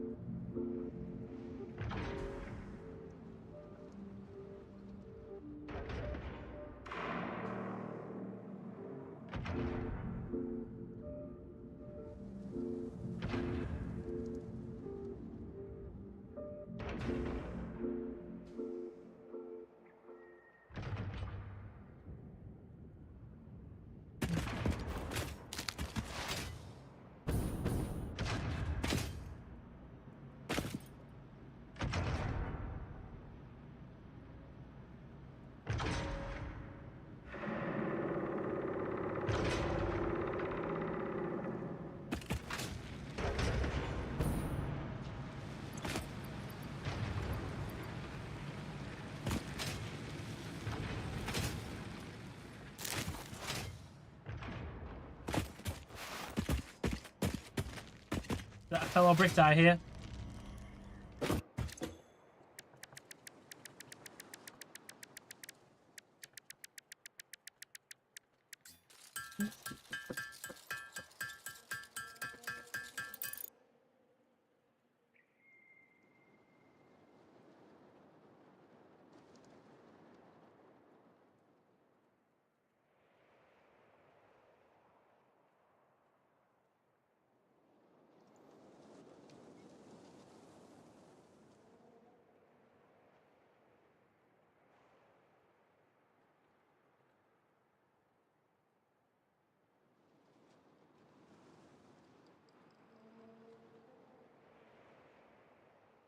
Who's got the red on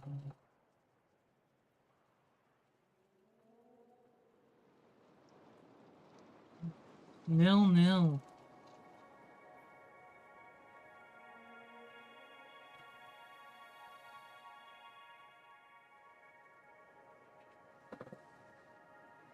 A sigh of relief.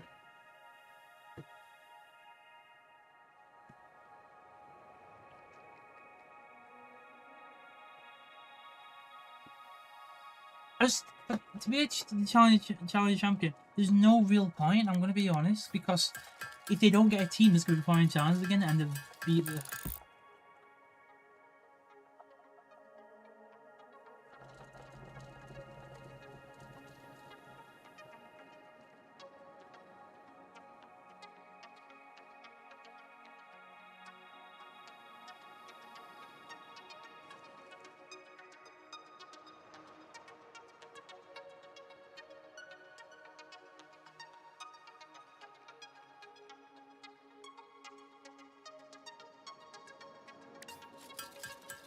somebody just didn't know.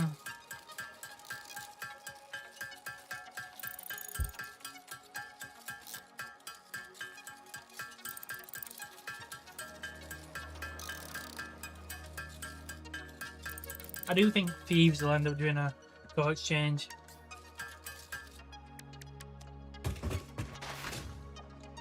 I think they're going to make a change because there's no real... They've made these super teams in the last couple of years, but they're looking for fuck all. They're going with more majors yet with no championship. No more championship. What is the point?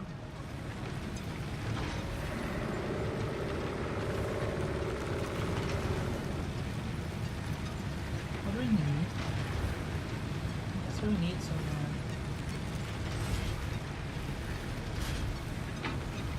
With a railing I wanted. I don't want to waste it.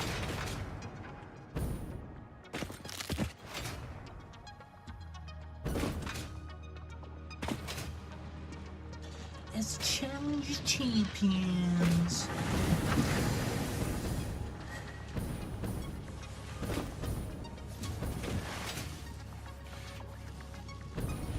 Oh fuck it, I don't know.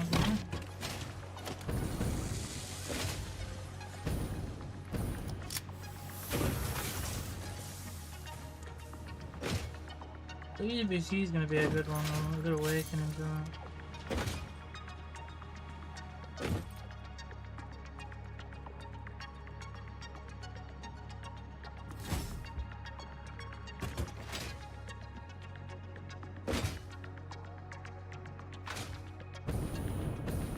These have been the longest champs in terms of the amount of bullshit time wasted in between matches.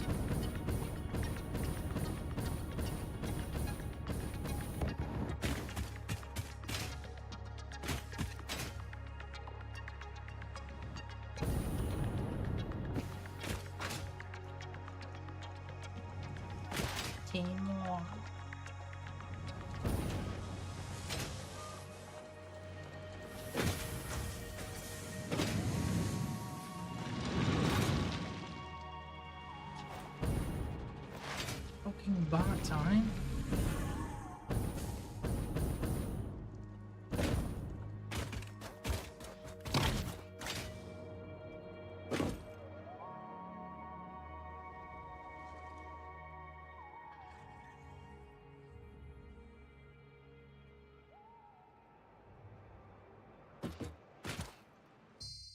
Going to be a big match in terms of just being genuine.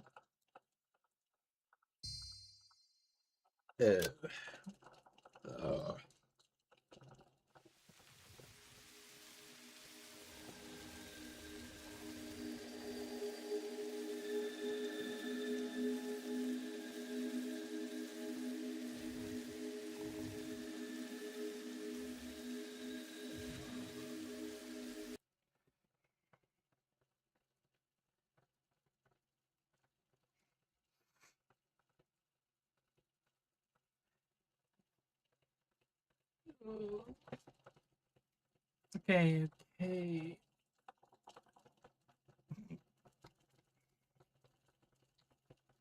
Why is this not working? Oh, come on, internet, man.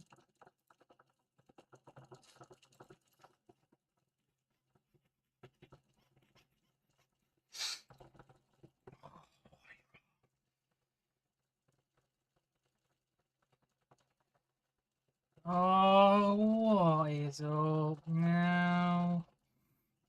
You wanna watch something? You wanna watch something? Oh no, you can't watch it because.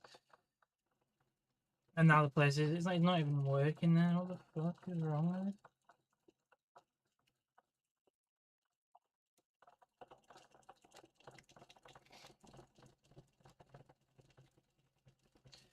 I can't even restart the fucking thing. Oh, what is wrong? I've had more issues with the UI in PlayStation than in Xbox. That's a fact for you. I genuinely have.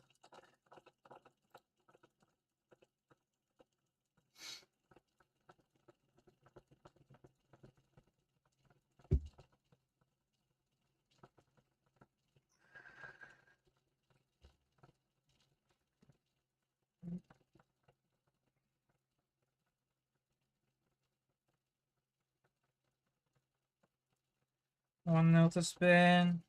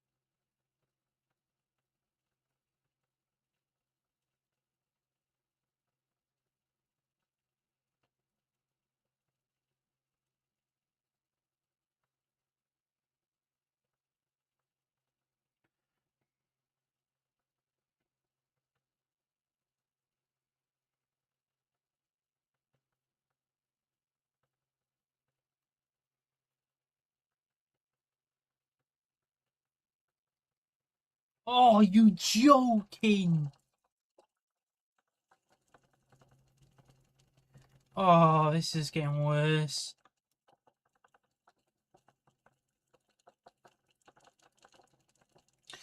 This fucking this. I swear the PlayStation's got the worst wireless connection out of every single console made.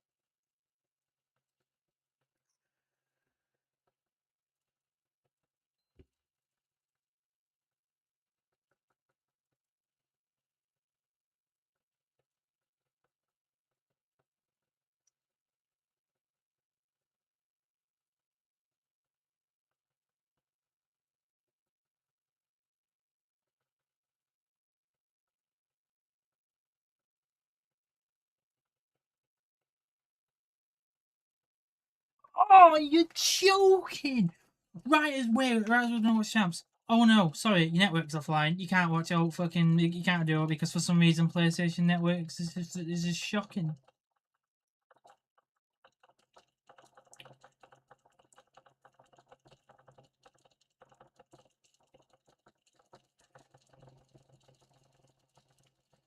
Can't get to Wi-Fi because Wi-Fi anything might be too weak. Why?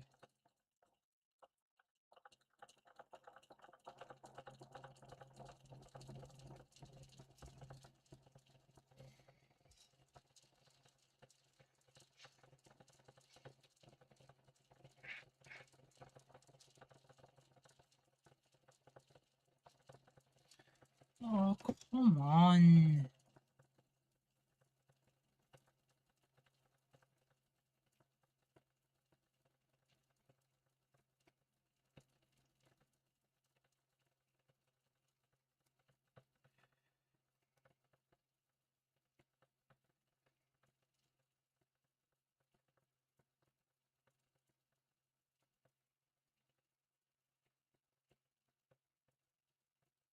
Automatic.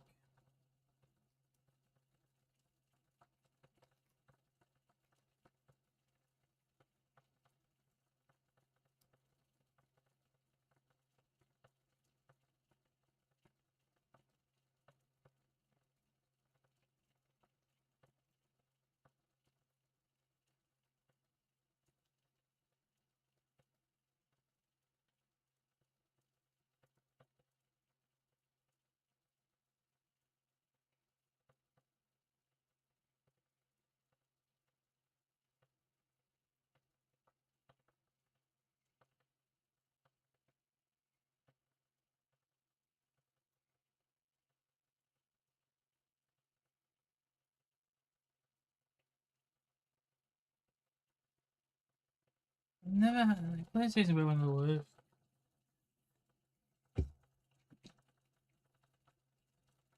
It's not even loading. No, it's loading anymore. What is wrong with actually Wi-Fi in the?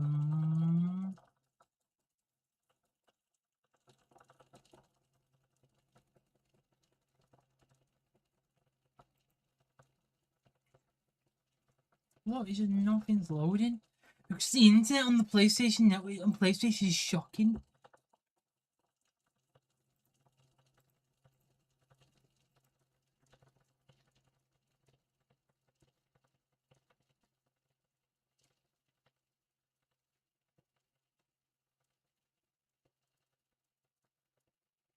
It's just getting frustrating because you can't do it. Like randomly, does this PlayStation network is shocking for this type of shit.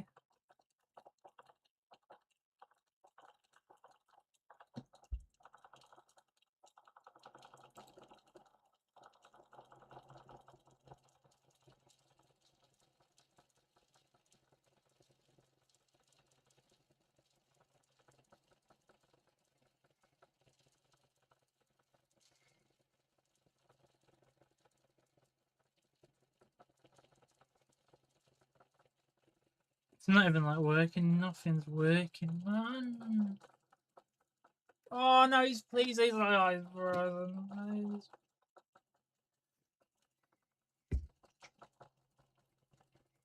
Failed. Oh, this is ridiculous.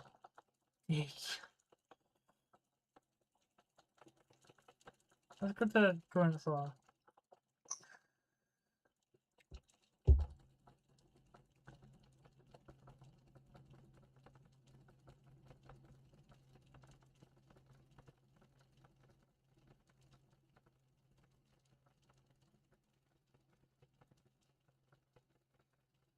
Okay, that's working now. Let's test the connection.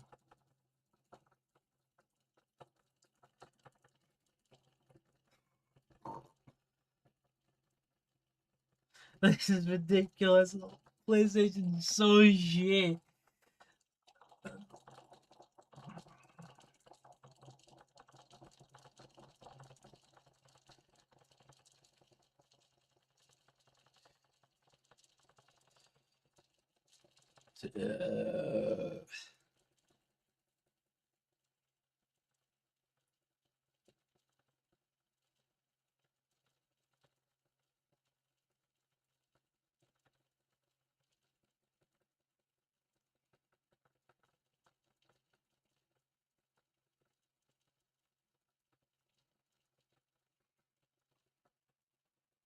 Oh.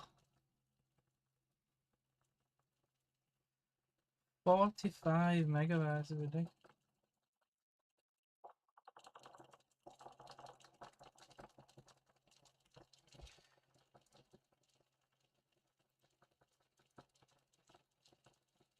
Let's dial it back a little bit. New weapons, season 5. Anything fun? Yeah, season 5, new weapons to unlock and master. Before we get into weapons, Spectre is back as our hero operator for the I'm probably season. gonna get him then. And we've got some weapons you're going to be getting your hands on when you jump in this week. The Mammoth LMG you'll be able to unlock in our first seasonal event. And now this the is not Gremlin working. Nice. SMG. This thing lets you dual wield akimbo SMGs for some pretty significant damage up close. And the FG-42 assault rifle is back from World at War with a very recognizable profile with the side-loaded magazine. I see we have some new attachments as well. This looks like something for the Jaeger. Yeah, so I mean, we've got some pretty unique attachments in the weeklies this season as well.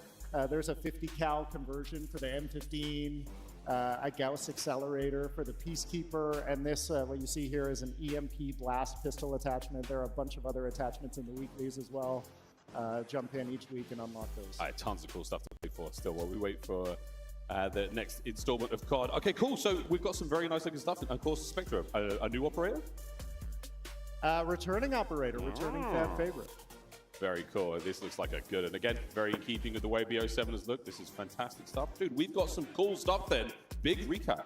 This is going to be a very exciting Season 5 on Thursday. New maps, brand new weapons and attachments, frequency, and a bit of a map refresh coming into ranked as well. That's really cool. And an SR adjustment. I'm not getting out of Diamond. I think I'm over it. I think I'm past my prime Don't now. count yourself out, Miles. That's what I But love to do. I'd love to see you try. Oh, I will. Oh, I will, So yeah, mate. please jump in this week. We'll see you online. Before we go, I want to shout out, there are some Treyarch devs in the house who made the trip to Vegas for Champs. So from me, from them, everybody back at the studio, just thank you so much for an incredible CDL season. Yeah, you know, really. all the game 5s, all the round 11s, all the punch outs in Plaza, the 250 to 249 hardpoint games. It's been one of the best CDL seasons ever. It's been so awesome to be a part of it. And thank you. Oh, thank you, mate. Thank you guys at Treyarch as well for 2 fantastic years. Can't wait to see how the rest of the day goes and how MW4 plays out as well. Thank you so much, mate. It's going to be a good one. It's going to be a great one. For now, a break before we start the grand finals Looks here like at COD Spain Champs. is winning the World Cup. Scuff, official controller of the CDL. Player X is the official esports fantasy partner of the Call of Duty League. Monster Energy, the official energy drink of the CDL. Brought to you by America's Navy and the special operators who work in the shadows.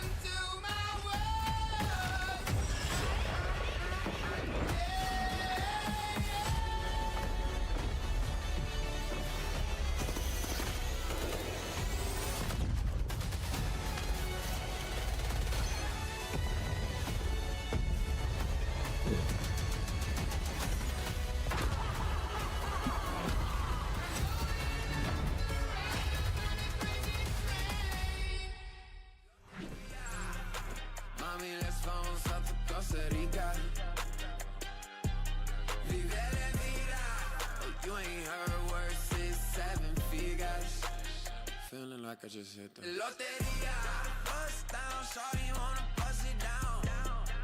Shawty moving like you just said Loteria. Lux now, I just spent a couple down. feeling like I just hit the Loteria.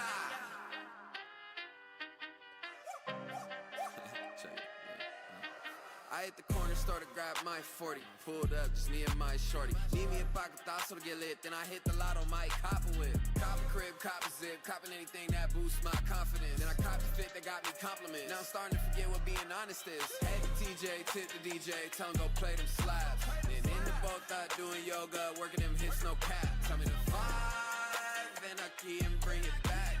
Took another tour around the feeling like I just hit Loteria.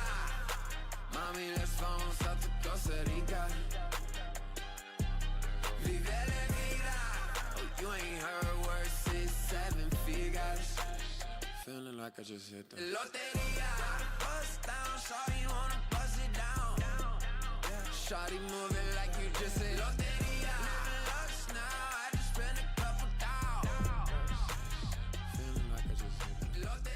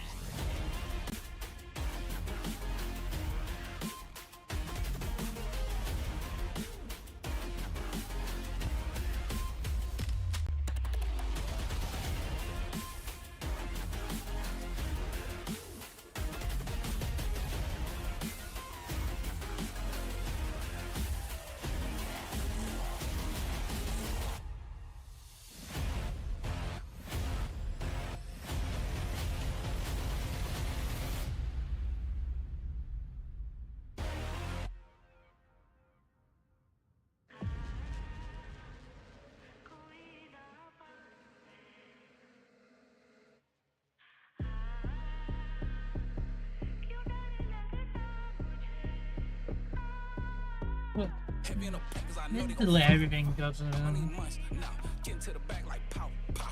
Thought I wouldn't, but tie down. Heavy in the papers, I know they gon' foul. I'ma need months now. Get into the back like pow, pow. Thought I wouldn't, but tie down. Did you say I'm bad, but the streets say I'm good. I'ma go hard as I could. Don't ever get it misunderstood. I'ma apply pressure like Did you say I'm bad, but the streets say I'm good. I'ma go hard as I could. Don't ever get it misunderstood. I'ma apply pressure like They going hard, but I'm going harder. That's for my son and my daughter. Hit the valet, tell them go bring the car up. Boy, you know I'm pushing Rari. I to the tar up. I'm sorry, but I am not sorry. Cause I'm here now, but this not where I started. I used to work at Fitzmarshall, cooking up shrimp and take orders from bosses.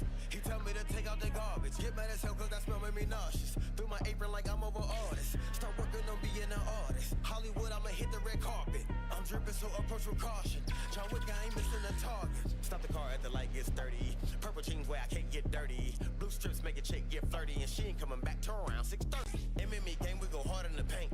Take position and move like a tank. Maniac with no restraints. Act tough and I'm checking your rank. Heavy in the papers, I know they gon' foul. I'ma need months now. Get into the back like pow, pow. Thought I wouldn't, but tie down. Heavy in the papers, I know they gon' foul. I'ma need months now. Get into the back like pow, pow. Where's that go? Did you say I'm bad, but the streets say I'm good. I'ma go hard as I could. Don't ever get it misunderstood. I'ma apply pressure like Did you say I'm bad, but the streets say I'm good. I'ma go hard as I could. Don't ever get it misunderstood. I'ma apply pressure like I'ma go heavy in the paint like Shaq. All in your grill like plaque. I be spitting real ass. 12 teams have fought hard all season long, and 8 have made it to the top. Now, it all comes down to this. The pressure is on this. It's firing. Oh my God, no way! Back and Crip, how does he get both? Here we go. EMP has a free roam as long as the pitch continues to play like this. Unbelievable. 1 versus 1. Oh my God! That is how you do it. You Major 1 champion, Major 2 champ. Well, this is the game. What artistry this final map was. It's history in the making. Welcome to Las Vegas for the Call of Duty League Championship Weekend!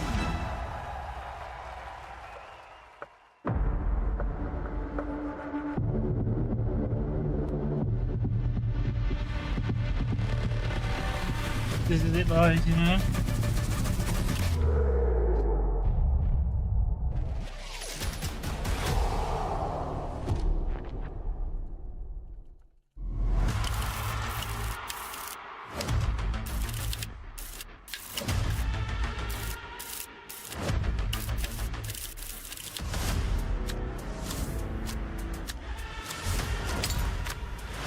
Well, so this would be Draza's second ring. Orphobu's first. Sim's third ring. Then it'd be Dash's third. Hoop's third. Merck's second. Shots is fourth.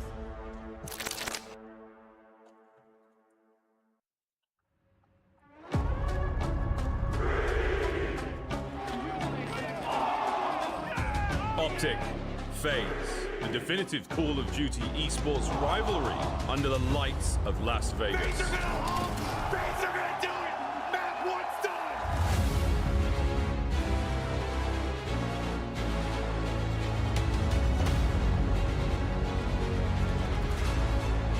Here a chance. Are you defending back-to-back world champions? Draza closes the game. FaZe are into the grand final. I'm feeling great. I do think we'll play Optic again, and I think the same result will happen again. But it's the green wall prevailing again. I can't wait to win the series and talk so much Hey! Hey! You fucking dog shit! Oh my goodness, it's just nothing Kevin Monastin. Are you kidding me? There's no possible way that Luke has done that. Coming for you, FaZe! We're coming for you! 40 and 17, 41, 42, 04. Even my number one. Zellium not going to get there. A chance for Optic to go back to back to back.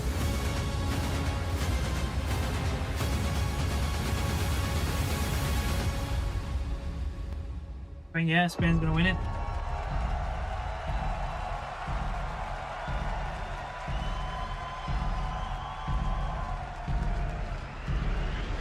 Who's put out first? With the chance to do the unimaginable, to cement their legacy in green, brick by brick, to defend their title here in enemy territory.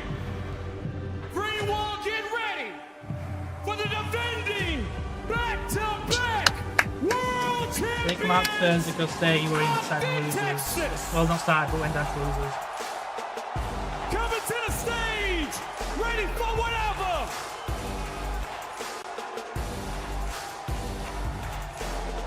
Dashy.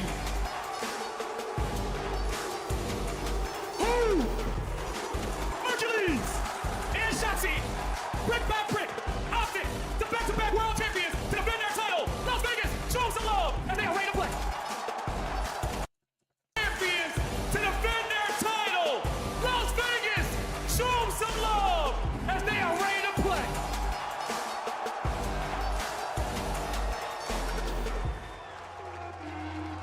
Now, not everyone wants to see history cemented in green. There are those who live and see only red. And there's 4 players backstage who don't care about no damn wall. 4 players who gonna come out here for the whole town in Vegas. Get loud and throw it up for FaZe Vegas. Let me get one. He's one of the greatest AIs of all time. I don't know how Abusa! Draza!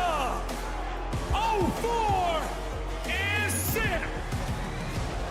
FaZe Vegas looking to get it done! Coming to the front of the stage! They make their own odds, and they don't care who's around them. Why is he so They're gonna delayed? It's FaZe Vegas! Oh, you fucking kidding me. Now this matchup right here is so special. This is the Call of Duty World Championship. It's Optic, it's FaZe, the matchup in which we all want to see. And under the brightest lights in the hottest stage in Vegas, here at Mandalay Bay. Are you guys ready to get this final started? And I know you're ready at home, so let's get this show on the road. The championship starts now. Thank you, Blaze. Thank you, Michelob Ultra Arena, and thank you at home. We should win this. We should. That should get third for Ginner Ring. He's the greatest AR of all time. He will be. Red as good as it could possibly get. We may be in for one of the greatest of all time. Dude, what a beautiful day to be a competitive Call of Duty fan. This is what we dream of. It is a long-time rivalry. So much smack talk over the years for the players on stage, for the organization, for the fans. It is utterly ridiculous. And a rematch for some of the players on stage. 0-4 in Abuza, looking for their grand finals revenge. 0-4 on this Colossus map 1. Might be the player to watch, man. He has just leveled up his game this year. He is on form. When he hits the flow state, there is no one else like him. He legit plays like he is active camo pop at all times. It's the type of POVs you dream of having. Only he can achieve it on a stage like this. Can't wait to watch him play. Player X featured player, be very happy to see him in the roster, happy to see him alongside you there on the battlefield. On the other side of the stage, another player who has been so impactful and instrumental in the success that Optic have found, it is Hook. Whether it's in-game or out-of-game, his calm demeanor, his electric comms, and just how exciting he's been to watch him play all season long, a force to be reckoned with. And this is the man that is on the hunt for game-winning plays. You don't even have to look at his stats to understand his impact. You listen to his comms. You watch the overload stops where there's 4 players in front of him, and somehow, some way, he drags them to hell and gets his team to win. He is endless pressure, hyperactive player on the map, always in the right spots. I mean, a true veteran of the game in Call of Duty. Make no mistakes, it is nothing but shooters in this lobby. Maybe the best we have ever had. We start things off in the most electrifying way possible. Colossus hardpoint. First 250 seconds in the hardpoint. This is a fast map, a small map, an aggressive map. Our teams will be gunning each other right off the rip. There is no better way to start this best of night. When we watched Optic play on this map last, it was utter dominance. Even on Slang, a 250-125 victory, they were final form. FaZe chose this for map number 1. Adrenaline junkies, let's go. Here we go. Your first hard point of Colossus, smack bang in the center of the map. And in and out here for FaZe, the early kill's good. And it's your boy 0-4 and Simp there on time. Now he's doing the first wave of Optic, over to the next 4. Nabuza, he's around on the left flank. Picks up 2. Get the extra team going. That's what you want to see if you're a FaZe fan. There's going to be GOAT talk in this lobby as well.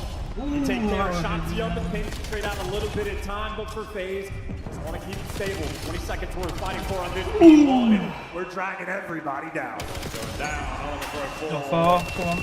Been that guy. Incredibly impressive player to watch. The hip fire with his NPC coming out for that on ball 0-4 yet again. And there it is. Oh, big bit of boost. That certainly helped the case though. But low right hand side of the map. Now that a minute has passed, we go to another hard point. And this time it's the white arrows of Optic who get there first. Recycling mods. Trying to play off spawn. Shotzi setting that pace but gets traded out. It is long-term FaZe. Doing what they can to survive in the backline. Abuza again. 6 kills on P2. They're on iron anchor for his team. FaZe stable on the rotation. They got the 20-second lead. Yet again, Abuza the first man on contact here for FaZe. Information pass. Shotzi wins his first. Draza trying to slow this onslaught. And it's a good bit of teamwork at 3 dead. In that mini-map, by the way, every single pink arrow not letting any Optic members survive. Now it is free and clear, but no, who picks up the pink for FaZe? It is still so much pressure. An early lead on Colossus goes such a long way. 15 seconds of scrap time. Shotzi, the only player looking to make the impact, but Abuza, ironed up as always. The front line, man, the damage is good. Secure. It is going to be a 40-point lead for FaZe going into the new time. A crazy number. Both teams testing the best they can out of 2 hard points so far. This is number 3. Out in the wide open here on Colossus. FaZe on the attack now down low. Optic gets themselves in first. It's another 3 dead in the feed immediately. What an advantage for FaZe. Dashing down as well. Vegas are in. This is a clinic. This is as good as it gets. Abuza hungry for this revenge. 10 kills leading the lobby, and he's the man soaking up the time. The shots are perfect. The trades are good, and the teamwork even better. Lighten up the feed. Working to flip these spawns. This is perfect Colossus gameplay. The Belgian Beauty with a bounty of kills so far at 12. It's 4 in a row. Now now a trophy system there to take care of any grenades, legals or tacticals that may come his way. Big swing out on the right, catches Sachi, lives to fight another day, and nearly has a hellstorm. Dude, and look at Abuza in the player camp. He is ice cold. He's not empty bully. In the gameplay Not phase, missing they him. are running the show. As a hellstorm acquired, that's going to be a big deal in a moment. But later on, to play. New hard point.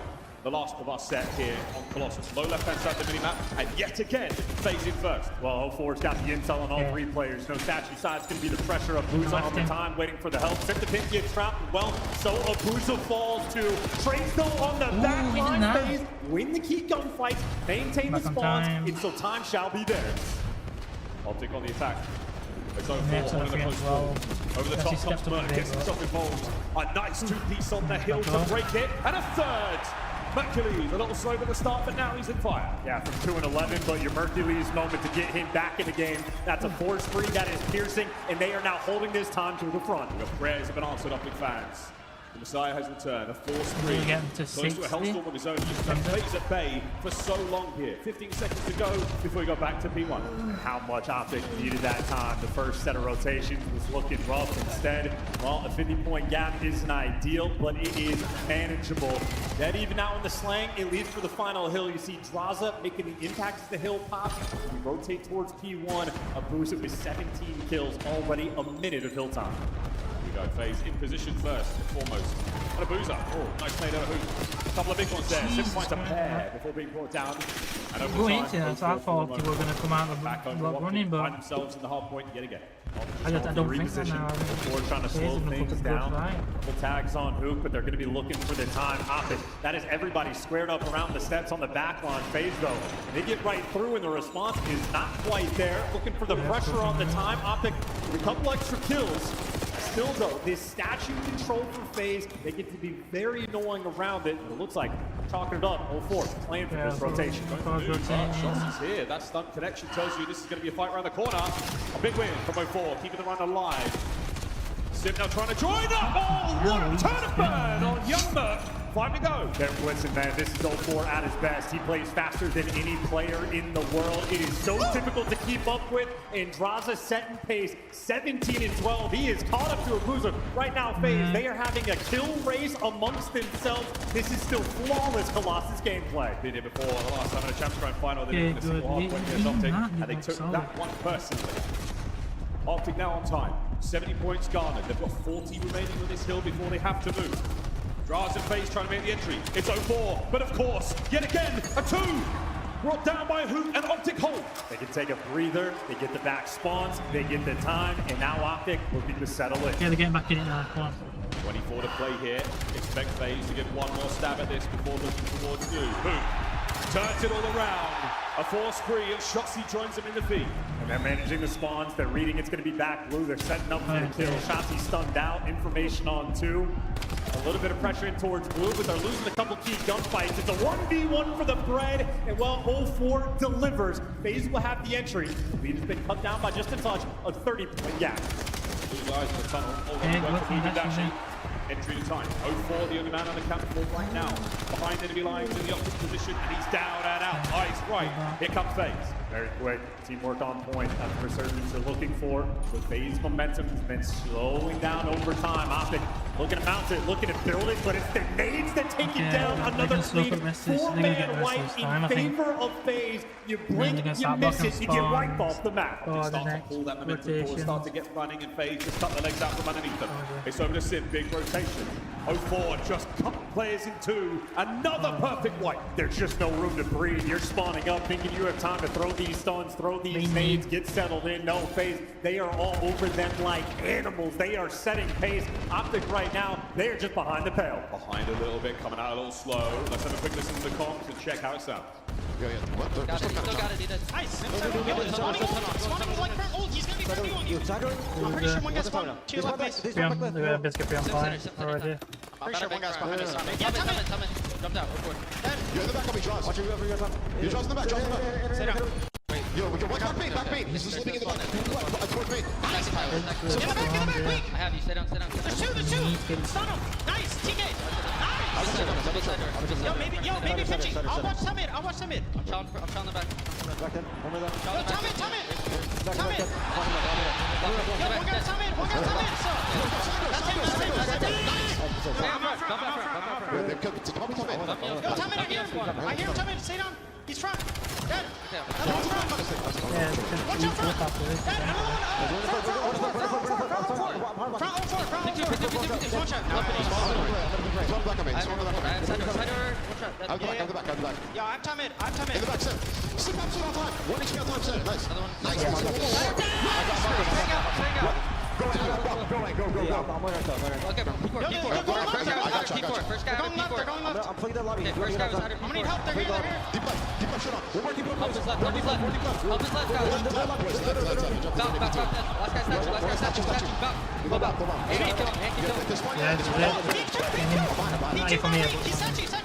I'm cutting top. Lead change, Michelob Ultra Arena on its feet, 30 seconds to go here on P1. Did not love the comms. Hook's out here calling phases plays before they make them. He is next level. He is ready for the grand finals, and Optic, well, now it's them with the 20-point lead. 20 seconds to go here still. FaZe have been so lethal all map long. They've just let go of the reins a minute and Optic have run away with it. Still, that P2 looking good. We're about to cross the 200-point mark, and that's where things get real serious. A lovely 2 from 04, 2 from Mercury's, the rotation's off. Well, they're tracking the guy trying to make that pinch. Draza has found his way through. He had to have gotten called out, but somehow they drop it. A momentary mishap phase. This is their opportunity. They don't know where Hook is, though. He's behind them. This could be a real problem. Check on the corners. Sim finds it. Big kill. Now with a Mercules. Can he keep the foothold alive for Optic in the back line of P2 for now? And what a spot this is. And he's alive and well. Sneaky Mercules. These arrows, though, they are hunting for him. It's a cheeky spot. He wins the first gun by the FaZe. Still have a little bit of pressure in the back line. It is now a split setup rolling through. Sim gets gunned down by Mercules. And Optic have made it through the top. To the front, here come FaZe in again, trying to capture while they're weak. Raz goes huge. A big 2, but Dashi holding it down. 207 and counting. FaZe numbers starting to dwindle on front lines. Healthy 20 seconds and everybody's fighting for it. I don't see a trophy, so the nades are raining out. Shotzzy gonna dodge them. The final 10 seconds. Optic, it's looking like it's gonna go their way. Into the P3 we go, and Optic will have a 35-second lead. It's a big lead going into P3. Bear in mind, Hellstorm's still there for FaZe. This is big from the Boozer. You'll be able to pull some space back if you need it. But for now, FaZe in control, FaZe holding. Shotzzy, though, he's going to be the guy working in through yellow. Simp, you see him trying to track in through tunnel. Optic have 2 players putting on the pressure. Optic are trying to hit this from every angle. There's a big play that brought Optic through the middle of the map now. Simp's got a double back. Big moment now for Sim. Gotta catch these players, but finds the M15 in hand. It's a boost yet again, and here we go with the streak. It's a little desperate. We will find out. FaZe have got to find a hidey hole. Well, now the guy's supposed to be watching. The pinch is going to be in the streak, so Shotzzy, it's going to be an open lane. He kills the guy out of the Hellstorm. He makes it to the time. If you're Optic, and Dashi wins a gunfight before he falls. Optic, you're making the best out of a bad situation. They flip the spawns, but they don't have this time. 20 seconds to grab right now. You're still worrying about spawns at the next hard point. Low left. This is a big moment. FaZe have got to milk this for every single second it's worth. Can Sim claw his way towards the back, try to break it. And Dashi holds. Dash is locking it down. Still, though, maybe a 1v1 gunfight. Draza, the only man there, well taken care of. Mercules has him under cover. Optic 18 seconds away from winning map 1. Merc's got himself out on so many. He's absolutely ripping right now. Looking to get to the back again. FaZe, no, Shotzzy pushing forwards. A big kill. That might have decided it. A boozer down. Wow, FaZe. They could not find a footing. Optic take the first. Looking to one, guys. We're going to win this. A slow start, but come on, we win this. That's the map one we all hoped and dreamed for. An electrifying start to the grand finals.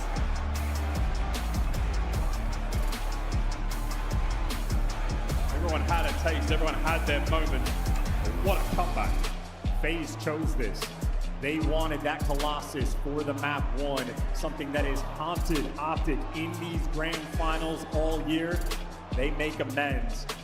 I gotta give so much credit to Mercules. He had the slow start. Early scoreboard, 2-11. Look at him by the end. 34-30, 16 assists, most damage on his team in 1 minute and 25 in time. Merc the Messiah arisen on Colossus. Alongside Duke as well, they both have rough starts there on Colossus. FaZe will take a look at the game flow in just a moment. FaZe coming out pretty hard. Saw the player cameras, they were absolutely electric. There was a fury to their gameplay. But Optic managing to stick as well with that. Throughout the listening, what a comeback. And for the start, FaZe running the show, built themselves a massive lead. And I don't know what the max was, but maybe 80 or 90 points. It felt like Abuza was going to be popping takeover. Mercules were worried about him being nervous on the main stage. You jump to that listening, and you just get a taste of everything that makes Optic good. Duke is calling out FaZe's plays before they actually make them, reading the pinch, making his teammates' lives that much easier. Mercules is roaring in the comm, screaming with every single kill he gets. The energy's there. The final highlights you're going to see, and especially that final rotation, it is Shotzzy. When the Hellstorm gets called in, he pokes his head out like a gopher, finds the kill on Abuza, and flips the spawns. In the heads-up plays, high-octane moments like this. Even dashing two-piece, he's able to pop on the back line. Thinking a synth goat moment maybe coming through after the two-piece. Big Bruce is there to lock it down. Everybody on Optic delivering. 216, the final number we saw for FaZe. Wow, what a great start to this grand final. Professor Knight.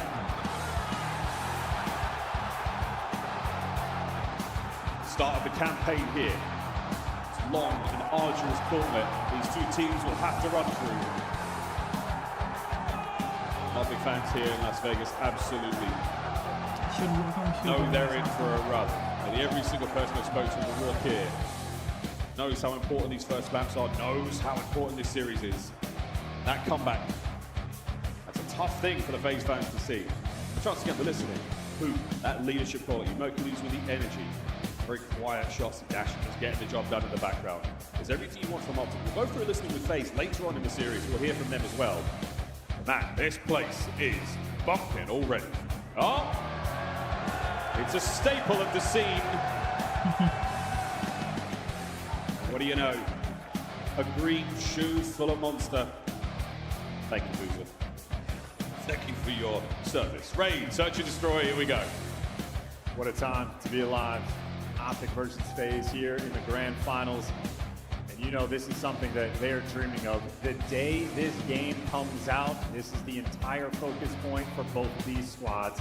They know they're making it a chance. They expect to see themselves in the grand finals again. 0-4 and Abuza looking for revenge. Optic looking for effectively a three-peat, at least for two of the players. This is all the planning. This is everything you do in a raid from map number 2, S&D. I have high expectations for it. It's going to be a treat. We do. Both teams will be extremely well oiled and well prepared for what should be a very, very good search and destroy. Totally different mode here. If you're brand new to the Call of Duty, swapping sides, attacking, defending bomb sites. Only a single life per round. And we play first to 6. It's a wrong game, brother. A wrong game. We're playing COD today, my man. But what a time we are having here. For FaZe now, man, to They should fucking win this. come out hot. They didn't have the warm-up they necessarily expected coming into this matchup, but the warm-up they have is what they have had throughout the entirety of the season. While we get ready for the search and destroy, Maven caught up with Shotzzy before the match started to hear the young warlord himself. Maven here with the wonderful Shotzzy for Optic Texas heading into the Champs Final. I just want to hear how you feel different maybe this year versus last year. Last year, you were the 7 seed going into Champs, kind of defied expectations to make the run to win. This year, the favorite, expected to be there. How different is that for you? Totally different. The expectations last year were just everyone doubted us. Well, I guess when we got Mace, everyone was like, okay, they're actually, they can make a run, but totally different. Last year kind of felt like a Cinderella run in a way. Obviously the 0-18 and then us picking up the Messiah Mace and then us winning it was honestly surreal. And it was definitely a roller coaster year. This year it's a little bit different. We got second the majority of the year besides last event. So honestly, just looking forward to play grand finals against FaZe, and hopefully it's a good one. I don't think there's any chance it's not a good one. This is going to be nuts. But I was thinking about this last night. I don't even know how you can answer it, but what's crazier to you? The fact you might be the first to 4, or the fact you might go back to back to back? That's honestly, I didn't even think of that. I'm not going to lie, but the fact that you just put it in words, crazy to think about. I'm 25, and it's fucking crazy to even think about. I'm just hoping to make history today, honestly. And I think it's kind of amazing too. A lot of talk has been about who's the best sub, who's the GOAT in CDL. It's been between you and Simp for the most part. Those have been the conversations. You faced off against him twice. You won what in 2019? He won in Cold War. You're facing off again. What's it like to just battle him specifically? Any kind of like rivalry there? Yeah, I mean, I feel like we're both, top of our game. Obviously, we have different roles in terms of like the way that we play. I mean, I feel like I'm more impactful in a way. Obviously, he's better like in terms of slaying and stuff like that. But it's just for, I think it'll be a good one regardless. We have different sub roles, but yeah.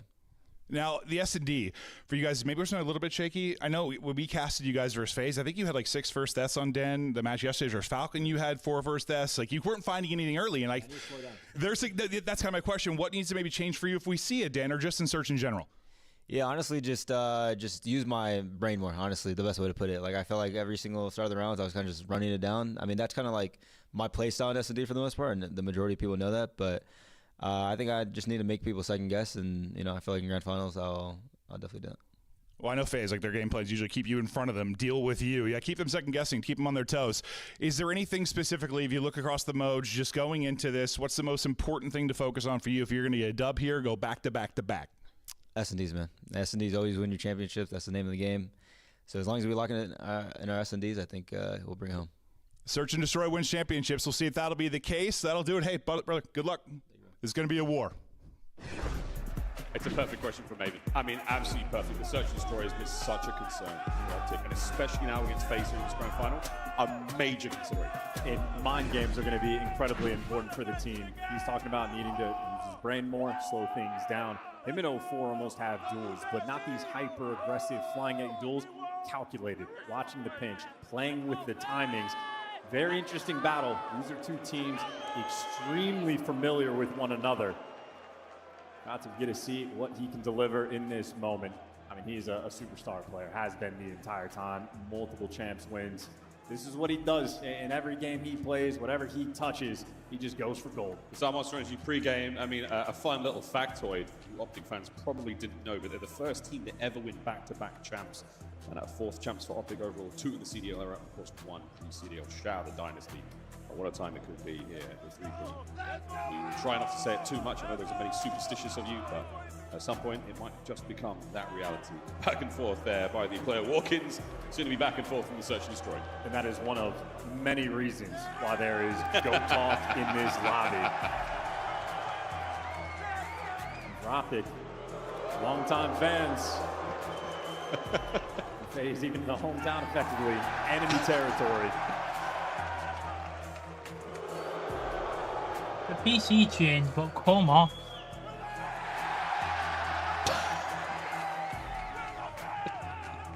Everyone's probably very, very good at crossing the street and driving their cars. Stop on red, go on green. Brilliant stuff. Well, we're almost ready to get into this one, folks. There's a very slight issue on the piece. Good news, though, we got more video. Bringing in that big box.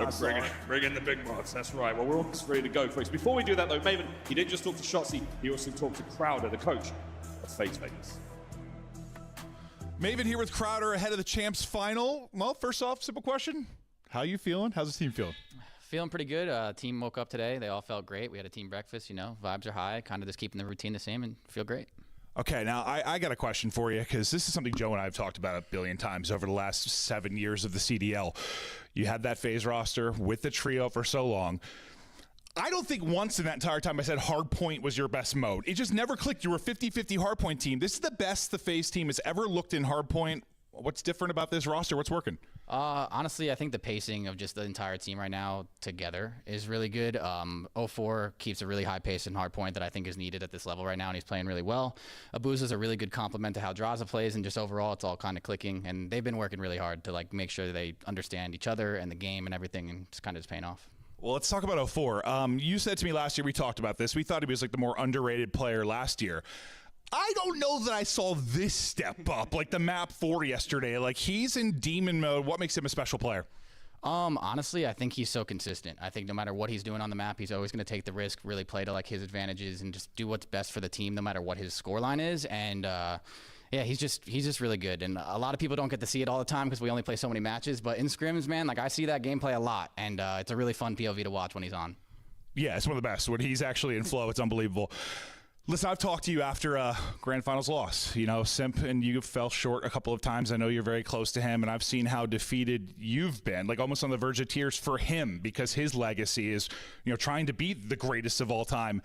What would it mean to you personally to see him get another ring? It would mean the world, to be honest. I mean, I've been with him for so long. He's such a good kid. If you really get to know him and you've talked to him, like, he's such a good person, just like deep down, and he works so hard and he just tries so hard to make sure everything is good. And he's kind of, you know, had his ups and downs, but he just really is trying to stay positive and work on himself. And I think this year he's taken such good strides as a leader, a person, and just a player. So I would love to see it all pay off. All right, last one. What's the single biggest thing going? Is it a game mode? Is it a play? Or if you're going to get the dub today, what stands out as the one thing you really got to nail? I think we just have to make sure we're all just showing up here, doing our 25%, you know, being a team more than anything, not trying to do too much. But outside of that, obviously, search and destroy some of the situationals, make sure we stay on the map and have some fun there. But just in general, just play together as a team. This Optic Gaming team is incredible. They're really good, or Optic Texas, of course. But they're a good team. We have to play our best and just show up and make sure our communication stays composed the entire time, no matter what the score is, and just be ready for a battle. Yeah, we'll see if Din stays in it. If it does, if O4 can stay on, because we were cracking up. But hey, this is Crowder ahead of the final. Good luck, buddy. Thank you. It's going to be a battle. Thank you, Clint. But this is a Navy live look at the coaches going through the veto process backstage. This is how it looked. There was still a little bit of time left on the technical pause for our players. And Chance, you heard constant conversations about Search and Destroy. The mode coming up now in just a moment. How are you feeling about it going forward? Well, this is the dynamic. Can the guys stay on the map? Who can hold their resolve? Who can not give away these first bloods? But I love the dynamic that Crowder has with Draza when they do the pick and bans. You have a behind-the-scenes look, I believe, from Simp in one of the things he's done on his YouTube channel. But you just have Draza having the entire conversation of, here's what I want to do in Search and Destroy, here's what the team game plan is going to be. Crowder almost taking a backseat. Once he goes through what their idea is, Crowder just jumps in perfectly with a feeling of, okay, if you want to do this, here's what you need to look out for. Who's going to be the guy coming in the pinch? If you're leaving this open, here's the threats. Crowder's a world champ player in his own right, been a coach for quite some time. They have built themselves a truly spectacle of a camp. Impressive team, and they made a clearly good decision picking up 0-4 and Abuza, join Draza and Simp.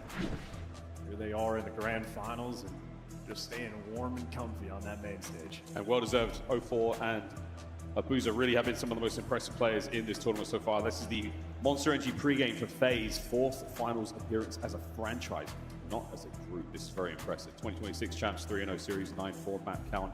That was, I mean, the last few days have been very impressive. And again, I attribute a lot of that to the crazy individual performances from 0-4 and Abuza, some highlight moments of his own. This is a well-rounded squad. They've figured out all of their problems. They know exactly what to look out for now. Once we get ourselves hot to trot, this is going to be one hell of a search. Great competitors. The jokes making of 0-4 falling off the map. Every time the player does the head snap back, but he's just able to laugh it off and get ready to go. Optic, of course, the exact same thing. These guys fiend for grand finals. Come on. Luke's PC has been swapped out. You see him testing it out on the firing range dummies, making sure everything is good to go. Great has been a map for a long enough time. Everything needs to be perfect. Every stun, every nade, every decision. If anything is even slightly off, Hook is going to feel it. Yeah, so we've had our technical timeout. That's all done now. Hook should be ready to go. We should be very close to loading into this raid S&D. Charles, anything across the series that looks a little worrisome for you? The spiciest thing, honestly, it really was that map. A run it back, a pain point for Optic, but only in the grand finals. They have been perfect otherwise. FaZe chose it for the map one, and I think they were hoping for that result to go a little bit differently. So they're on the back foot. Early advantage for Optic. We get to find out exactly how good they're going to be feeling. Big Bruce, it is all about the feel for him in S&D. When and where he wants to snipe, or if at all. Player, you have complete trust in his judgment as you do the team. It'll be Optic for the first attacking round. All knowers know, Raid's been around a long time. There's a lot of tricks here on this map, a lot of timings, a lot of spots to be found. We're going to put them all to the test here in this map number 2. Nade's up and out already. That's going to be the kitchen blown wide open. Nobody home there for FaZe. They're going for the 2-2. Wow, 04 already in Cheeks. First blooded Shotzzy gets him. That is a 10-second first death. Man advantage for Optic. Yeah, in Cheeks, but no consent. Shotzzy says no thanks. Gets taken care very quickly. Now mid-map. Draz. Oh, he's out, but it's not a problem. Lovely trade though. Who's keeping you afloat? Abuza rips Merc through the wall. That's the get back. Even up the odds, 2v2. An AR and an SMG for either side. There's who carrying that bomb. A-bomb site looking attractive right now with a slight rotation for FaZe. We're going to go roundabout. Which way? Do we go to B? Do we go to A? A little bit of both, maybe. Time now for both our squads to figure it out. 35 seconds is a decent chunk. Reload. Get ready for the battle. Problem is, neither team has had any information. And Optic, what decision are you going to make? Dash is leading the charge, but he's just going to be cutting off mid. Uh-oh. Leave the bomb towards Dane. Timing does not go his way. Who can 1v2? The timing is really what hurt him there. But again, the position they found him in there could be anywhere. So now FaZe, with the bomb planted, we know it's time to rock. The connection of the stun, perfect work. And FaZe now encircle Hook. Isn't he back? Clean first round on the defuse. I'm telling you, man, every single stun, every single nade needs to be perfect. Hook is a lethal threat. Stun lands on his forehead. Kill and he broke his neck. That is a 3v4 clutch in round number 1. For the Optic fans that have concerns about their S&D, well, the concerns were justified. One down, 6 for the win. We talk a lot about snipers. They made a return, a triumphant return in Black Ops 7. They've been really exciting to watch, but at this level, it's almost a gamble. You have to hit. A lot of players will bring it out early in the round for a bit of information, and then they've got a small window to swap to another class. I'm not necessarily stuck with it for that entire round. Any damage they take, if they do pull the trigger, it's theirs. So far, nothing as of yet. Abuza on a nice 2, going towards A. And FaZe chucked the smoke past this A-bomb site. They're taking the space towards ring. You see it cut off that sort of mid lane, and well, they're near Laundry, looking for the wall banks to check every corner. 04 clearing everything out, and inside a pillar, Shotzzy gets spotted and first blood, but he actually catches him just before he falls. Oh, we're even in the odds. Abuza landed down. Draza, are they going to pick up Dash? He's going for the wall bangs. 04 flies in the middle, another coverage of his Belgian companion, and now it's a 2v1 with Mercules managing to escape with his life. You saw his stats at the start of this for the graphic. He has 4 clutches in S&D. He has been a monster in this game mode. He's going to get put to the test.